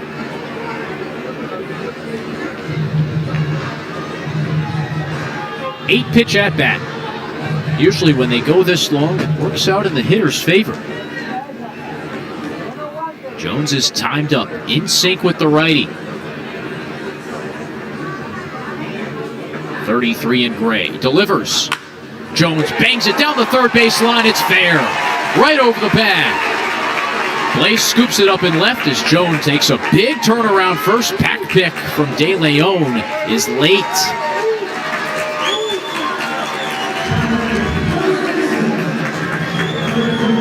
Keith Jones fights through 6 foul balls and smacks a single the opposite way to start the bottom of the 6th. Heck of an at-bat. I thought when he made the turnaround first, I thought he had second on his mind the whole way. Diesla with big swings knocks the first one foul. Which would have been trouble for him because the left fielder Blaze had him shaded the opposite way. So if he had him shaded the pole, that might be a double. But luckily, he's got his head up halfway to second and realized to go back. Pick over to first. Jones goes back to the first base bag. It only took him a step to get there. Because he did not look up when he made the turnaround first. He was thinking second base, and then he realized, oh, the ball's already on the way in to the infield. Made the 180 pivot back. 0-1, the pitch. Diesla thinking homer. Foul tips a fastball. There is no such thing as 90% for Arturo Diesla.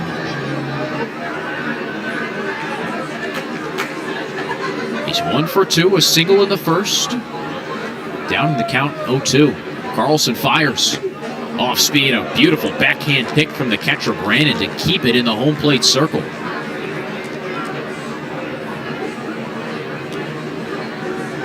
Quick hands, even quicker reflexes from Brandon behind the plate.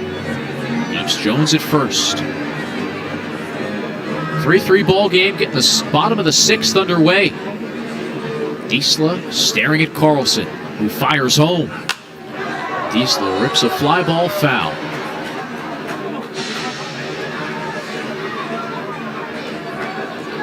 Diesla, Hub City's only player with multiple home runs. Both came last week against the Bowling Green Hot Rods on back-to-back days, Saturday and Sunday. The 1-2 pitch. Skips in front of the dish. Brannon with another backhand pick.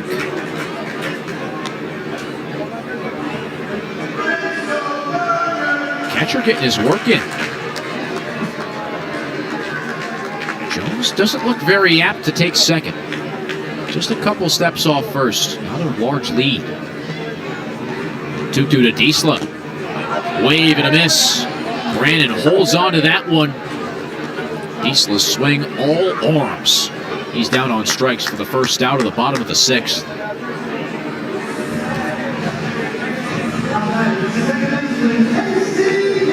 Speaking of Brooks Brannon, next batter up for Hub City, pretty close friends with a Greenville catcher. Casey Cook, Spartanburger's second baseman, who was in the same recruiting class as Bannon out of high school. Carlson as well, a Tar Heel. He deals. Cook takes outside, ball 1. But saw Brannon and Cook chatting it up in the tunnels beneath the stadium. Both in the class of 2022, both committed to Scott Forbes in North Carolina. Pick over to first. Jones dives in safe. Cook opted to go the college route. Brannon, on the other hand, took the professional opportunity. He was a 9th-round pick. Right on left. Carlson picks over again. Jones dives in safe. Montero, the first baseman, thinks every play's a close play. Keeps showing Michael Cross the ball like he did something. But Jones there, already up with the slide when Montero applies the tag. 1-0 pitch. Swing and a miss from Cook. High heat blown by him. Ball and a strike. These at-bats must be so fun for both pitcher and batter. Guys that you spent hours in locker rooms and weight rooms, on buses and planes with. 1-1 pitch. Jones goes off speed in the dirt. Brannon yings it down to second, not in time. Was a high throw. Alcantara made a jumping catch, but his tag was late. Jones lost a back pocket batting glove in his dash to second. He's in scoring position with 1 out in the bottom of the 6th. Casey Cook and Max Carlson staring each other down. 2-1. Cook hits a towering pop fly in the infield. Third baseman Lugo jogs onto the grass and makes the catch. Knee high. Fell a bit deeper than Andy Lugo would have wanted it to, but it's the second out nonetheless. Had to flip the glove over into a basket to make that grab. That got uncomfortable quickly. Hub City hasn't had many base runners, but since that first, but now that they do, they got one on, and again, they keep on running on Greenville. 5 stolen bases last night, 2 tonight. Pitch to Brock. Bounced off the handle, foul. Julian Brock stares at his lumber. He might need a new one. Andrew tells me that's the 3rd stolen base. And yes, Casey Cook stole home in the first. You will fool me once, shame on you. Fool me twice, shame on me. Or reverse of that, I should say. If you fool me, yeah, we can't get fooled again. And they got fooled again. Identical double steal to last night, and worked out just about the exact same as it did last night. That was the 3rd and final run of the first for the Spartanburgers. New bat for Brock. Hub City catcher brought a couple in with an error on Alcantara, the shortstop. 0-1, Carlson fires. Way outside. Just a 2-hopper to short. Alcantara had to play to second, but looked away from the baseball. Next thing you know, it was on him. Hit him square in the mitt, trickled to the left. Jones after his leadoff single. Gets a couple steps off second. Brock foul tips a fastball to the backstop. Ball and 2 strikes. Would love for Julian Brock to come through in this spot. 3-3 ball game. Spartanburgers with a chance to take the lead. Drive have threatened in both the 5th and 6th. Brock just 6 hits on the season. 1-2 pitch. Off speed in the dirt. Brandon didn't catch it clean. Knocked the changeup out in front of him.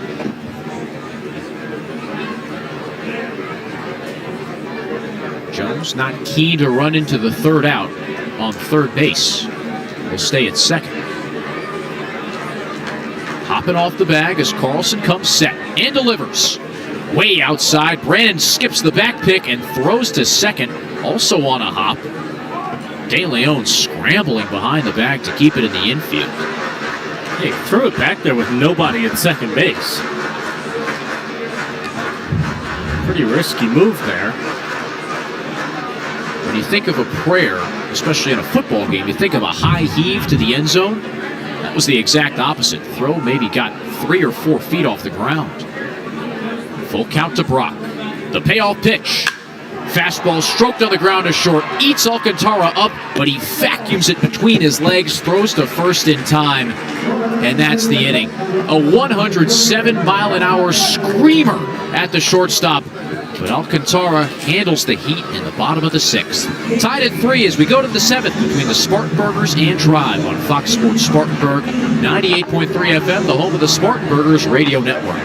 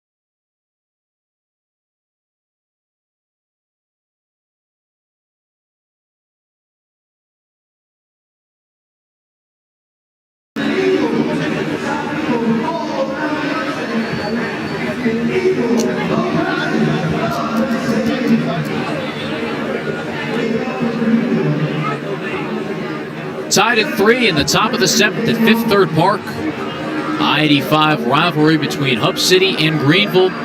Game 2 is not disappointed. Drive have stranded 2 in both the 5th and 6th. Hub City with a great scoring chance in the bottom of the 6th as well. Joe Ferry Rodriguez fouls back a first pitch fastball from Aiden Curry. It's a good thing they put strong glass on the windows of all these suites because they get clattered. Yeah. 0-1. Off speed, lined up the middle into center field. Base knock for Rodriguez, who's set back on a bender. Split the gap between short and second. That was 88 miles an hour off the bat. Julian Brock's ground out to short was 29 miles an hour more off the bats in the bottom of the 6th.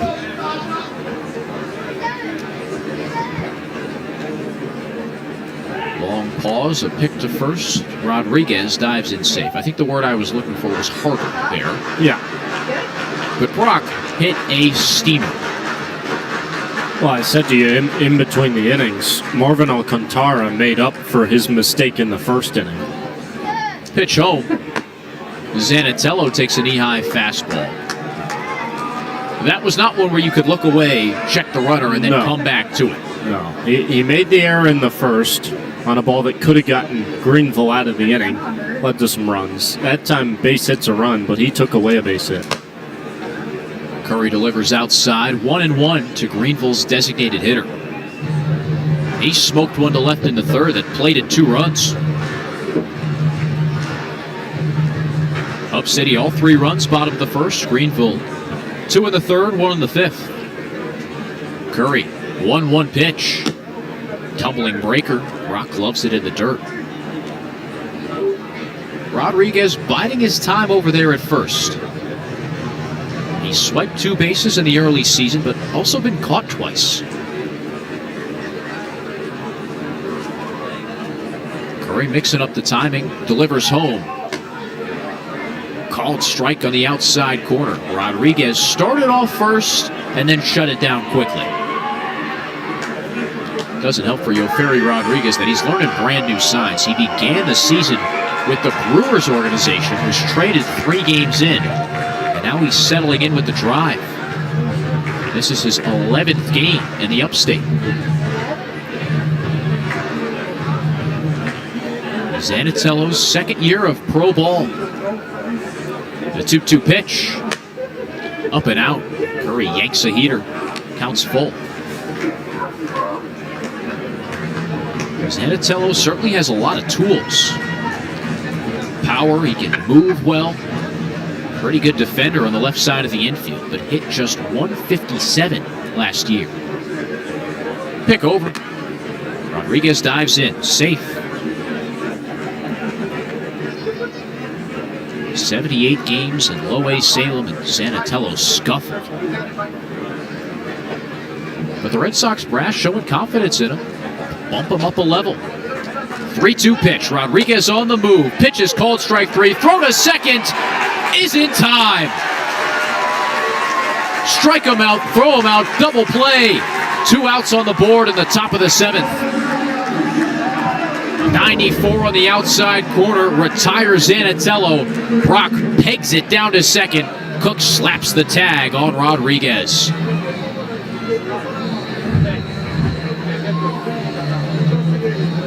Base is clear, 2 outs. Nelly Taylor Jr. up. First pitch, Bender, top of the zone. Heavy dose of off-speed up at the shoulders for Taylor. He struck out 3 times last night. Curry's 0-1. Bounces in right next to the red shin guard on the right ankle. Can't draw it better for Hub City than that defensive strike him out, throw him out. The only thing that surprised me was that Zanatello didn't swing the bat on a ball that was pretty comfortably in the zone. Taylor swings at a fastball up and knocks it into left center field. He's thinking 2. Big round of first, dive into second, and Hub City's outfield just can't get it in time. Taylor hit it into left center inside the power alley. Gutierrez and Dreiling both had long jogs there. Nelly Taylor aggressive out of the box, takes 2.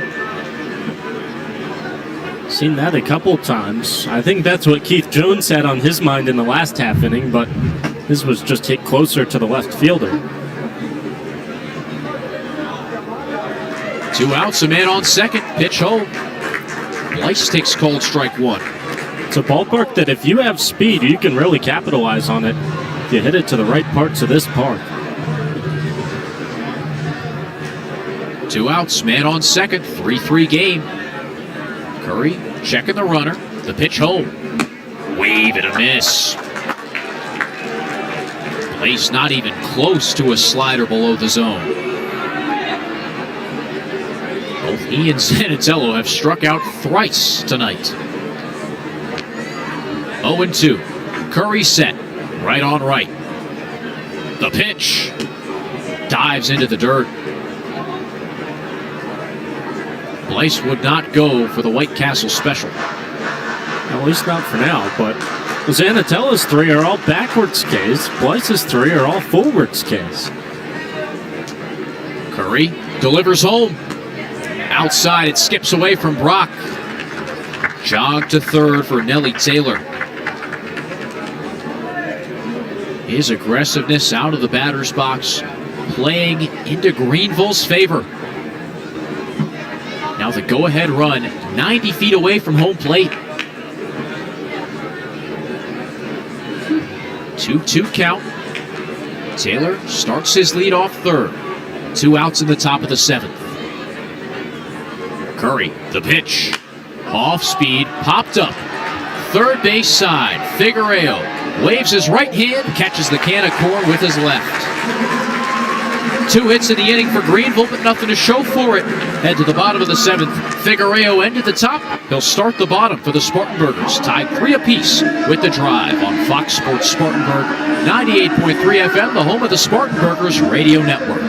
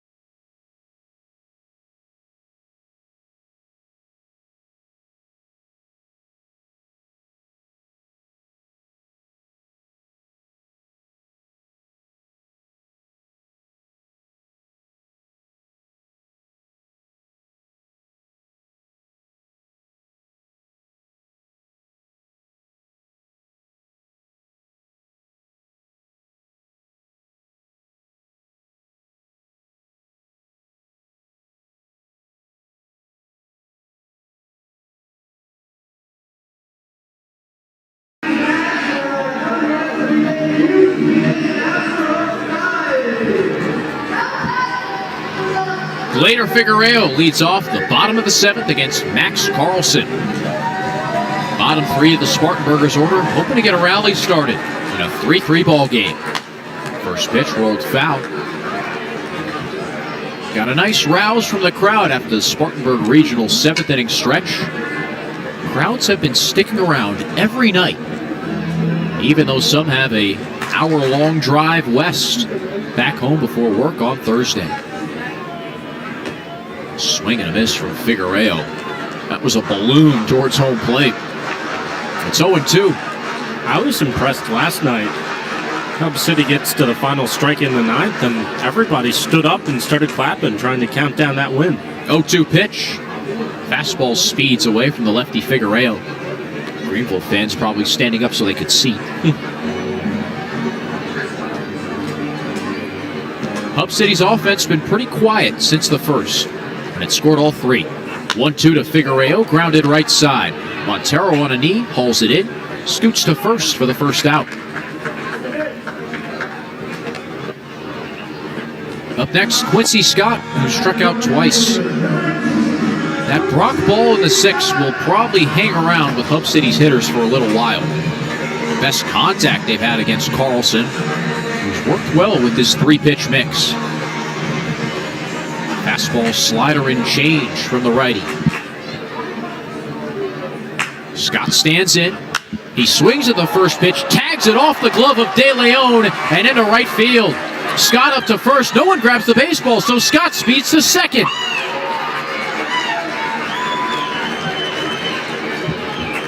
Scott jacked a line drive to shallow right field. De Leon reached out to glove it, and it hit him in the wrong spot. Got the edge of his glove, but De Leon is down. Second baseman for Greenville feeling the effects of that diving attempt. And that's why Scott could get to second, because it was just 5 feet or so away from De Leon, but he was down really not making a move at the baseball because he was injured, and then he realized Scott was taking off, so he kind of shuffled himself on the floor over to try and get it while still hurt. And now once he picked it up and threw it to second, he stays down. I do think that that's probably more to do with the landing, as he went full horizontal, and it just pinged off the edge of his glove. It was a fantastic effort. Almost made a great play. De Leon's made his way to his feet. Chatting with outfielders. Manager Liam Carroll out there as well. And trainer Kelsey Brandstetter. All conversing with Framey De Leon. Back on his feet, a couple hops. We can see a thumbs up from the Greenville second baseman. A 3-3 tie. Scott on second with his fourth double of the year. Anything but traditional tonight.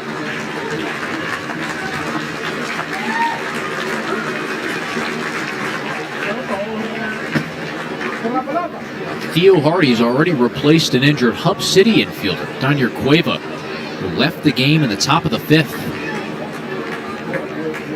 Big spot for the Burgers. Chance to go ahead with a runner in scoring position and one out. Switch hitter from the left side, Theo Hardy. Carlson lifts the leg, turns towards second. Scott retreats to the bag. You mentioned that Brock ground out to end the last half inning. That was really the first time since the first that Hub City had a scoring chance. Now here's another one. The first pitch. Hardy takes a bender for strike one. Greenville's certainly been the more threatening team over the middle part of this ballgame. Stranded runners over the past 3 innings, 5 in total. Lugo plays even with the baseline at third. 0-1 pitch. Swing and a miss. Hardy out in front of a changeup at the top of the zone. Lugo was creeping in at first because Theo Hardy's always a threat to bunt. Probably not in the cards. Hardy's at an 0-2 hole. Shortstop Okatara behind Scott at second. The 0-2 pitch. Down and in. If this was no outs, I think you probably would have seen the bunt from Hardy. Top of the lineup with Dreiling to up next to try and get that go-ahead run to third. But one out doesn't make nearly as big of a difference. Either way, certainly want to get to Dreiling. He's got 2 hits already. 1-2. Swing and a miss. Strike 3. Another changeup sits down Hardy. That's 3 strikeouts for Max Carlson. 2 outs to the bottom of the 7th. But still one remains. That's still in Dreiling with Quincy Scott on second.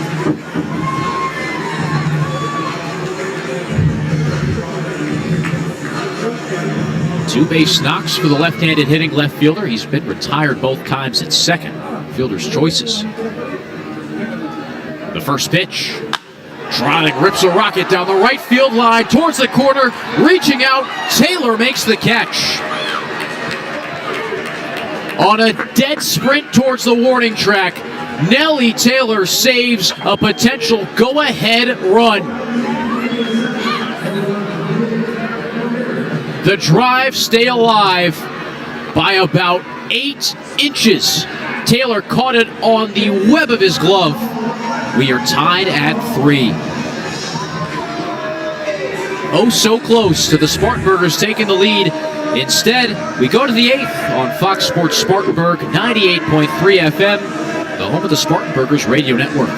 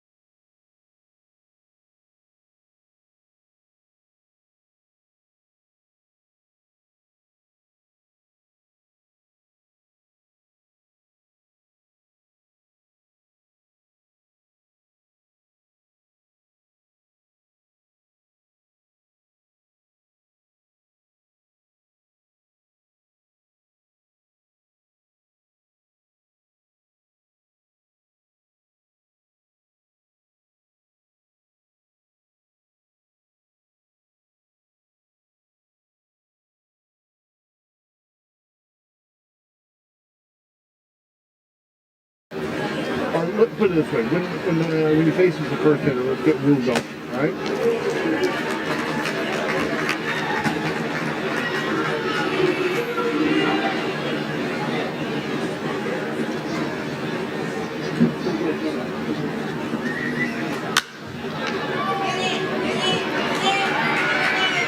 Brooks Brannon leads things off with a hot shot to second, and Casey Cook gobbles it up and throws to first to retire the first batter in the eighth. Back here at Fifth Third Park, Andrew Sellover alongside Ian Unsworth. AFL call to the bullpen brings in Larson Kindreich out of the bullpen for Hub City. Ends the day for Aiden Curry, who was that pseudo second starter in the piggyback starting position. First pitch, a swing and a miss. All air from Alcantara.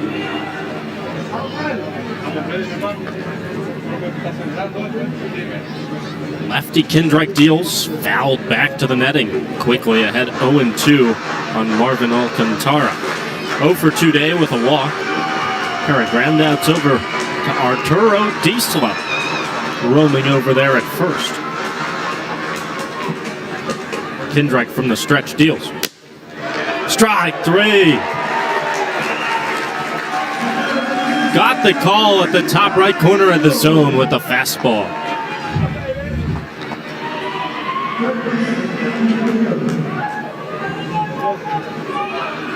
It's a great frame draw by Brock behind the dish. Man, it really feels like this game is reaching its apex. Every piece of contact louder and louder. Every ball in play a bit more dramatic than the last. 3-3 game here in the top of the eighth. Every pitch important. First pitch swinging. Little dribbler up the third base side. Charging at third. Figueiredo bare hands throws. Not close. Andy Lugo an infield single with 2 outs in the eighth. Before that pitch, our home plate umpire Gustavo Garza gave a warning over there to the third base dugout. He was hearing a few words from the drive group over there after the called third strike on Alcantara. And Garza's been good. Let's be clear. Sometimes umpires have bad nights, but Garza, for the most part, has been on the money with his strike zone. First pitch to Montero. Called strike, out of black. That one, though, probably a pitch the drive had a case on.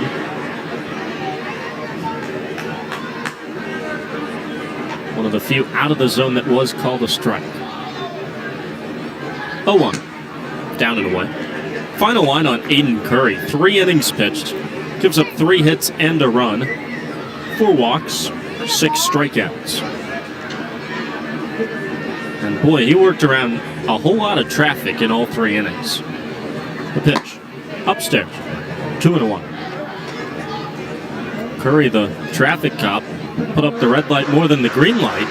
He stranded 6 runners across 3 innings, including leaving them loaded in the 6th.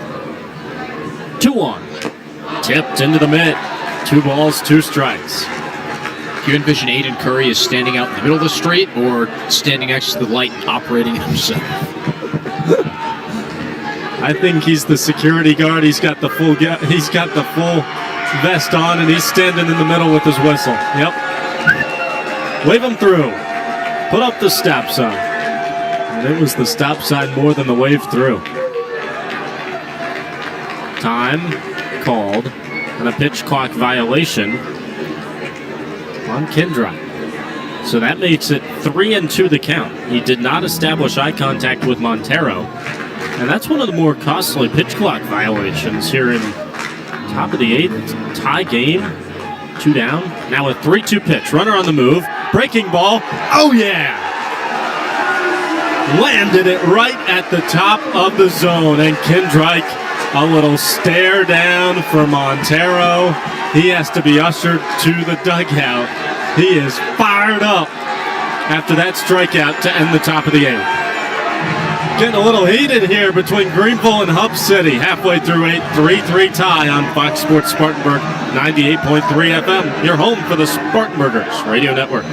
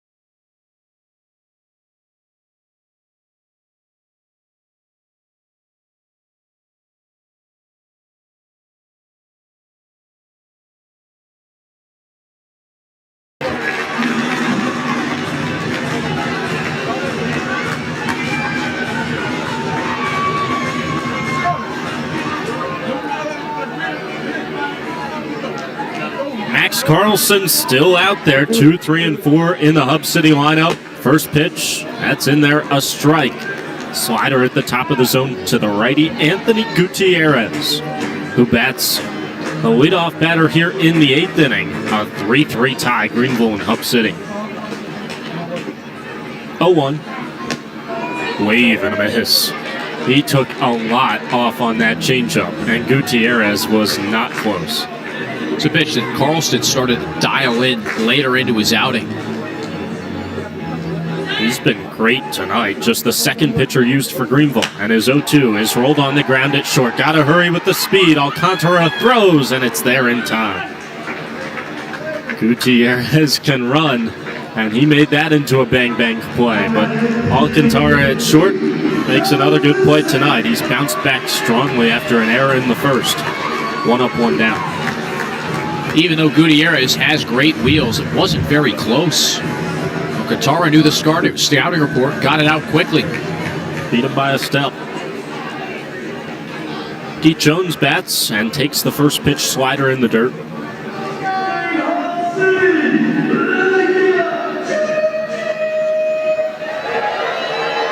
Starter Noah Dean went 4 innings, gave up 3 unearned in the first for Greenville. 1-0. Wave and a miss. Elevated at 92, and Keith Jones saw it dead red. That might be the biggest swing he's made this season, but he couldn't square it up. Everyone knows at this point, one swing changes the ball game. 3-3 tie. Nobody on, 1 out in the bottom of the 8th. After Dean went 4 with 2 hits allowed, the pitch. That's there on the outside corner. 1-2. Carlson relieved him in the 5th. He's pitching in his 4th inning of work. He's given up 1 hit an inning. And that's it. The pitch. Belted into left center field, dropping quickly, long run. It'll touch down into the green grass in front of Rodriguez. Jones takes a small turnaround first. He's content with a 1-out single.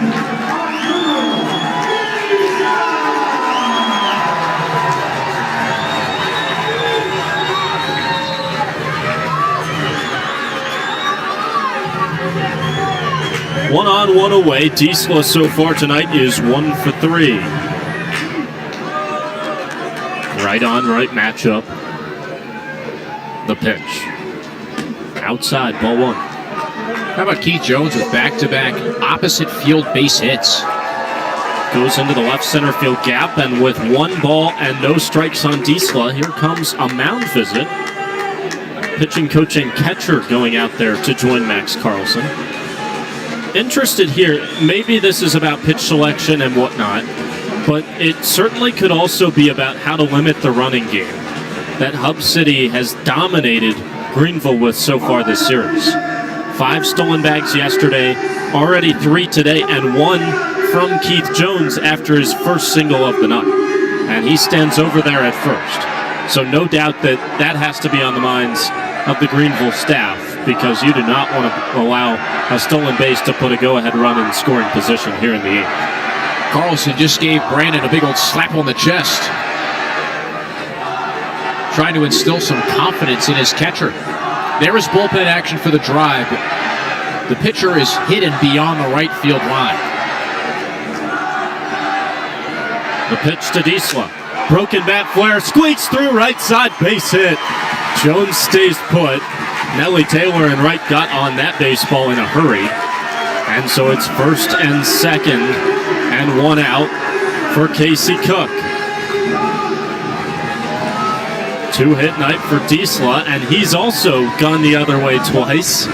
Fought one off on the hands into shallow right, and that time a hot shot the other way, found the big hole.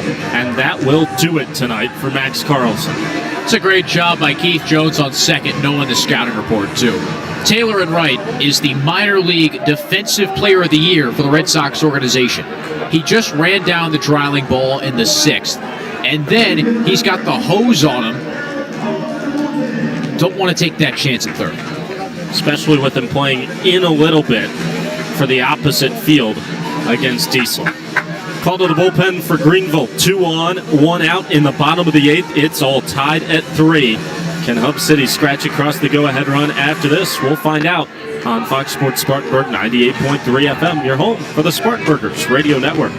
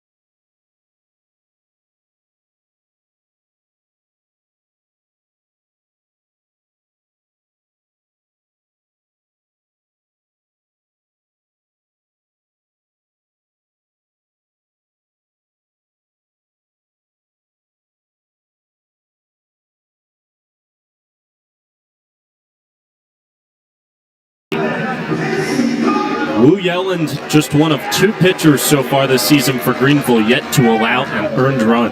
This is 5th appearance of the season. Lefty faces the lefty Cook, and his first pitch zips in there high and in. 96 on the gun. 1 ball, no strikes. From the stretch, Wu Yelland set. Jones dancing off of second. Here's the pitch. Inside, bounces off the mask of the catcher, Brannon. He goes back in front of home plate to Corral. And he was crossed up on that one. That runs the count to 2-0. It was nowhere close to the spot. It's very difficult for both batter and catcher to see the ball when Wu Yelland is pitching. He's on the first base side of the rubber. He hides the ball well right behind his ear. He's throwing it from behind Casey Cook's front shoulder. Is 2-0. Just missed up and away at 97, 3-0. 4-pitch mix, fastball, cutter, slider, and changeup. Plenty of velo on that heater, but it's not been in the zone. In danger of walking him loaded, the 3-0. Downstairs, ball 4. 4 straight balls from Wu Yelland to Casey Cook. They're loaded for Julian Brock, and 1 out. Patience, the name of the game here. Make Wu Yelland throw a strike first.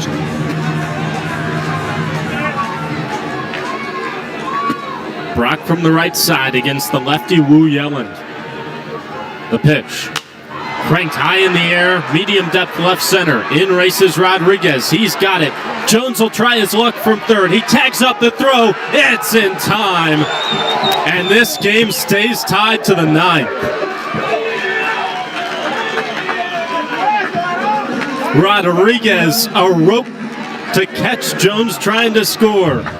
And that ends the threat for Hub City in the 8th.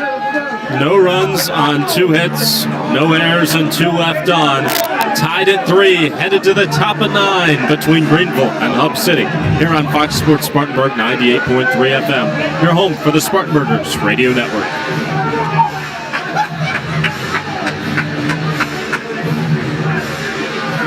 Oh, man.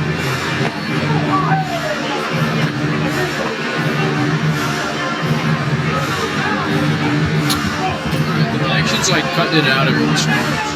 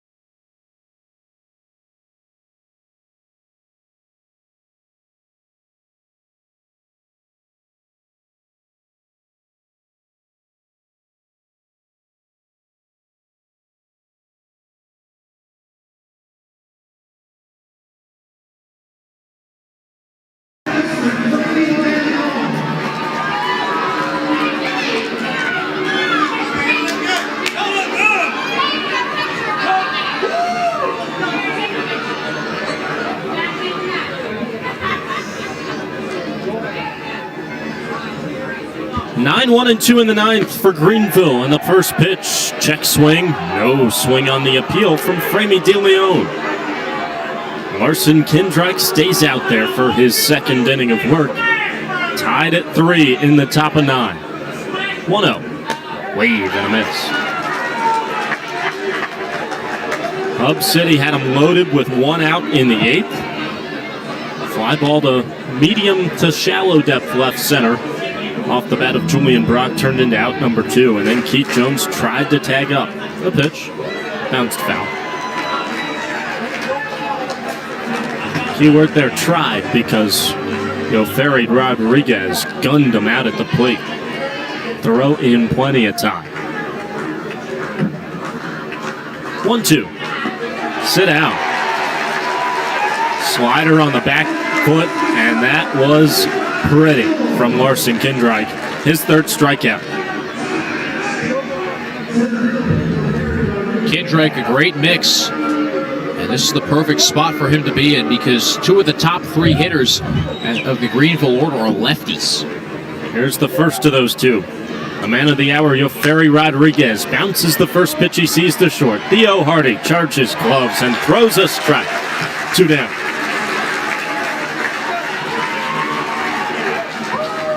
Cutter on the outer edge. Not great contact for Rodriguez off the end of the bat. Runs well, but Hardy too smooth.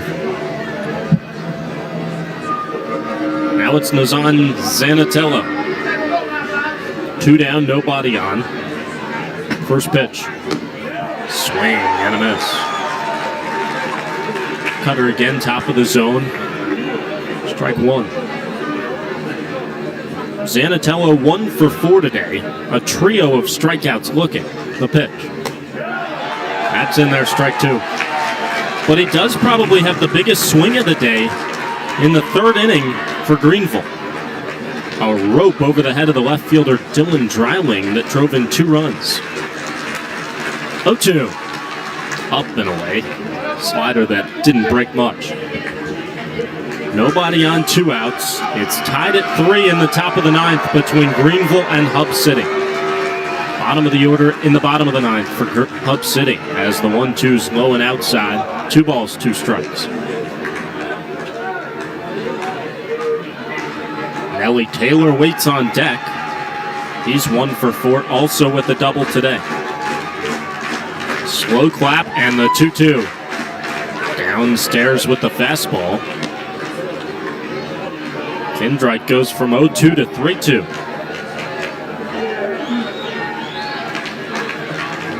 Gotta bring your best stuff here, Kindreich. Kicks and deals. Scorched through the left side, base hit. Zanatello squared that one up right in the 6 hole. 2 out base knock, but you'll live with that if you're Kindreich. You'd rather see that than give up a walk. Went with the cutter again. Zanatello not jammed. Zanatello 3 for 4 in stolen bags so far this season. And he'll wait to possibly put on the gas from first as the whole infield comes in. A mound visit along with pitching coach Tommy St. Clair.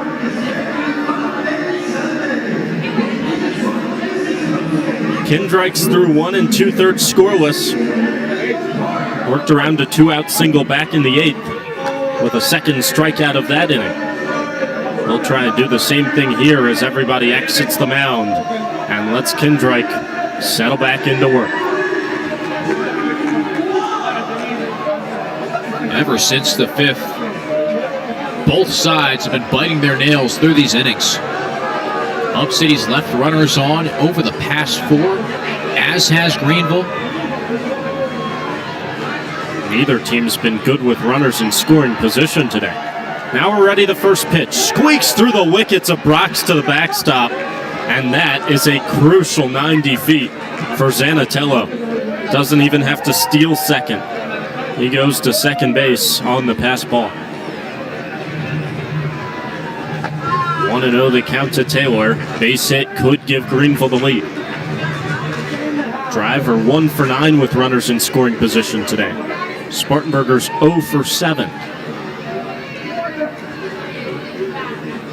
Kindreich set his 1-0. Taken across the numbers, strike one.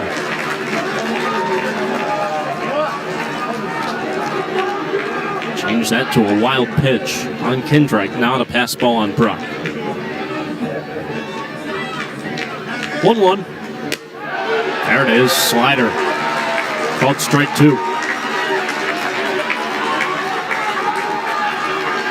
We'll see if Kindreich goes for the extra gas here. Trying to set down the drive in the top of the ninth. Keep it scoreless, rather keep it tied at 3. And give his team a chance to walk it off in the bottom half. Kindreich set at the belt buckle. Up here back to second. He rears back, he fires. Low in the dirt. That time it's smothered by Brock. Slider trying to induce the chase from Taylor. Now it's 2-2. Defense plays the lefty Taylor to pull. Hardy right behind the second base bag as the shortstop.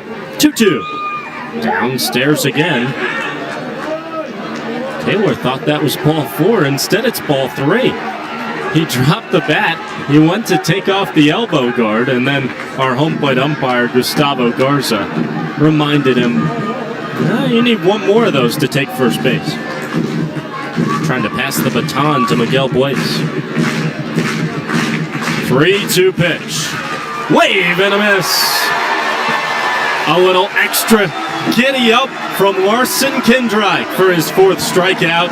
He strands the go-ahead run in scoring position in the top of the 9th. Chance for Hub City to walk it off in the bottom half. Figueroa, Scott, Hardy 2 up after this. Tied at 3 on Fox Sports Spartanburg 98.3 FM. Your home for the Spartanburgers Radio Network.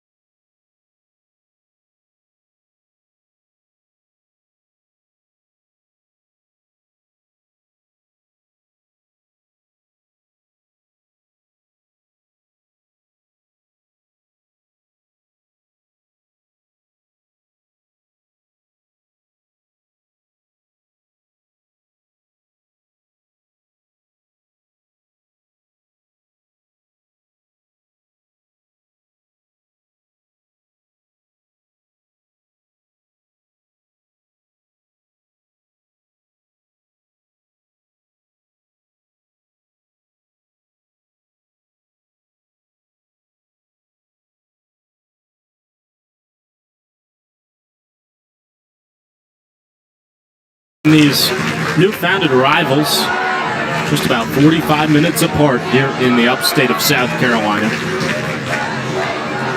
After Hub City took the first game of the series yesterday, 1-0, trying to swipe game 2 as well.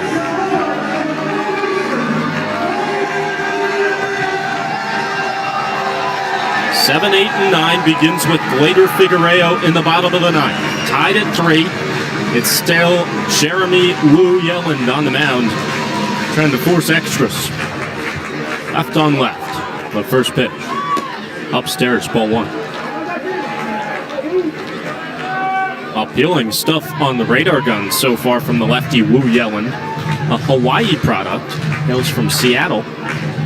2020 draft pick. The pitch. Flipped back, out of play. 1-1.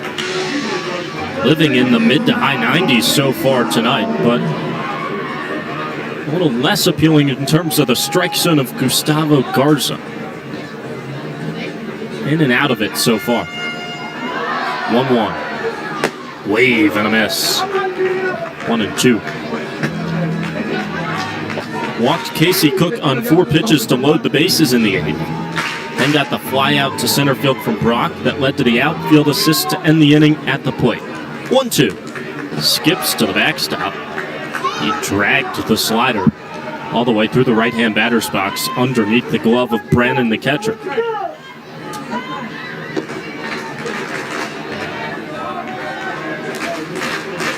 Time called. Figueroa asks for it and receives it. And now he steps back in from the left side. Wu Yellen set. He deals 2-2. Up and away, ball 3. Would have preferred action there if you're the lefty reliever for Greenville. Instead, one more ball could put the winning run on first base. The 3-2. Foul back. Clangs off the window of another suite and down to the seats for a free souvenir.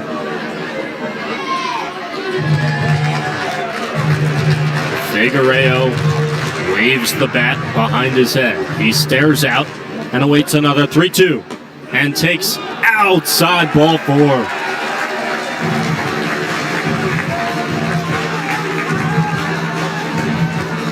Possible winning run is aboard with nobody out in the ninth, and Quincy Scott coming to the ditch. Scott's 1 for 3 today. He's got a double and 2 strikeouts. His base hit came in his last time to the plate. A left on right matchup. Wu Yellen deals home and misses low, ball 1.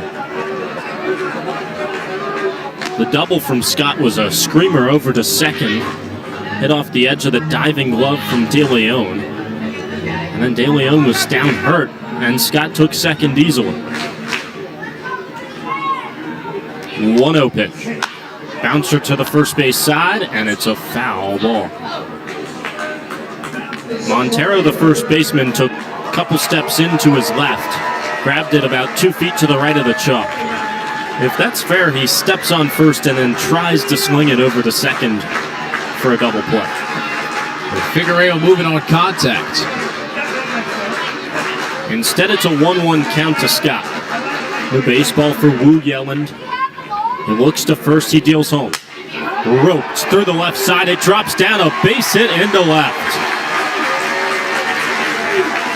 Figueroa goes to second. The first to reach, and the 9-hole hitter Theo Hardy to the plate with nobody out. Winning run 180 feet away, and maybe here, Ian, top of the lineup to up next. You try and get that winning run 90 feet away. Don't have to be inside baseball for this one. This screams bunt. Theo Hardy came in as a defensive replacement in the 5th for Daniel Cueva at short. He's 0 for 2 today. From the right side, he stares out at the lefty Wu Yellen, who spins and looks back to second base. Trying to get a read on whether Hardy would square. Hardy didn't show his cards. Middle of the rubber for the lefty Wu Yellen. Looks in, deep breath, he pitches. Pulling back on the bunt, it's ball 1. Hardy squared, and then he took upstairs. And now, another mound visit ensues for Greenville. Other thing you have to be careful of if you're the Hub City base runners is the back pick. Not just from the lefty Wu Yellen, but from Brandon, the catcher, as well, who's already shown he's not afraid of throwing all the way down to second if he sees a large secondary lead. And that could come on a play like that, where it's a ball, Hardy pulls back the bunt, and the runners were thinking there would be a bunt laid down and got a little too ambitious on the base paths. Strong faithful still in attendance tonight. A lengthy game approaching the 3-hour mark. Mound visit done for Greenville. First baseman Juan Montero stations in on the infield grass. A couple steps in front of the first base bag. The pitch. Hardy squares and he bunts it back to the backstop. Might have actually bunted that one off of his knee and then to the backstop. He hobbles a little bit Goes for a circle around the batter's box, and now he digs back in. Andy Lugo at third will join Montero on the edge of the infield grass. 1-1 pitch. Hardy squares. He bunts it right back to the mound. Wu Yellen fields. He throws to third. It is in time to erase the lead runner, Figueroa. The shortstop, Alcantara, got over there to cover. He held his foot on the bag. And that is a gutsy move from the reliever, Jeremy Wu Yellen. And his gamble pays off. Alcantara with great flexibility on third, too. Wu Yellen's throw behind the base. Alcantara reached out to his glove side and kept the back foot on the bag as well. A 1-6 put out. They're still at first and second. There's one out for Dylan Dreiling. Leadoff hitter tonight has a pair of base hits. Left on left. First pitch. Swung on and bounced back off the catcher. Brannon to the backstop. Greenville was still in bunt defense. I don't know in what world Dylan Dreiling is bunting in this situation. The outfield very shallow as well. Trying to make sure they can force a play at the plate with any single onto the outfield grass. Dreiling plate to pull on the right side. 0-1. Taken at the top of the zone, called strike two.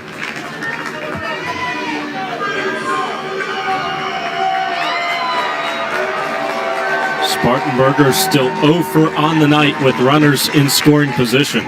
Got all 3 runs in the first inning. Tied at 3, bottom of the 9th, the pitch. Inside, Dreiling spins that front shoulder out of the way. Greenville responded with 2 in the 3rd and 1 in the 5th. With 1 out in the bottom of the 9th, we're tied at 3, first and second for Hub City. The 1-2 to Dreiling. He takes just inside. A couple of sliders out of the left-handed arm slot from Wu Yellen.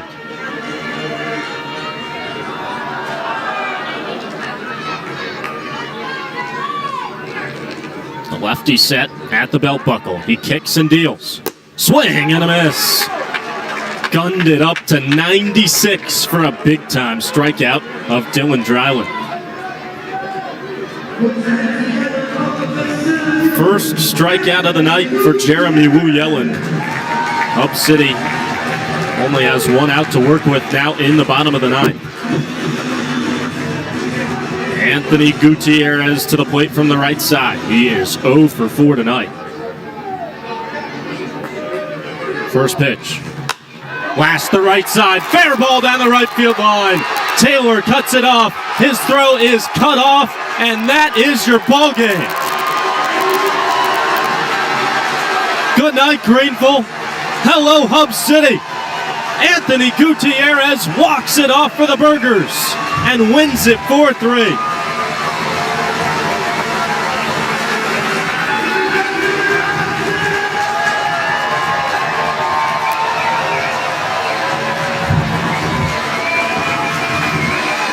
The hero is mobbed with the ice bath on the infield right side.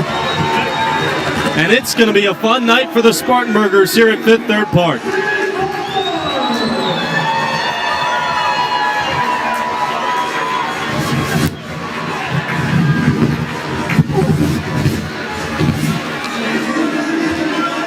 RBI single from Anthony Gutierrez, his first hit in 2 games against Greenville.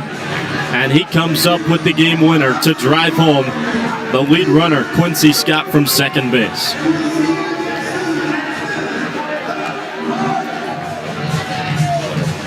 Gap on the right side of the infield. Neither Montero or De Leon had any chance. That was a frozen rope down the line.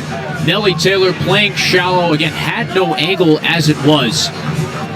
Unless he was playing on the right field chalk, there was no shot he was making the catch. What a swing from Gutierrez, who had a rough night at the plate through his first 4 at-bats. And what perseverance from Hub City after leaving runners on in the 5th, 6th, 7th, and 8th. to come through with the first ever walk-off in franchise history in the 9th. Drive will be kicking themselves. Left opportunities on the table all night as well. First 2 games of this rivalry have delivered, haven't they? 10 out of 10. We got the post-game show coming up here from Fifth Third Park. We'll recap the first walk-off winner in Fifth Third Park history, courtesy of Anthony Gutierrez. Highlights, the final lines, preview of tomorrow, and some scores from around the league and the organization after this on Fox Sports Spartanburg 98.3 FM, your home for the Spartanburgers Radio Network.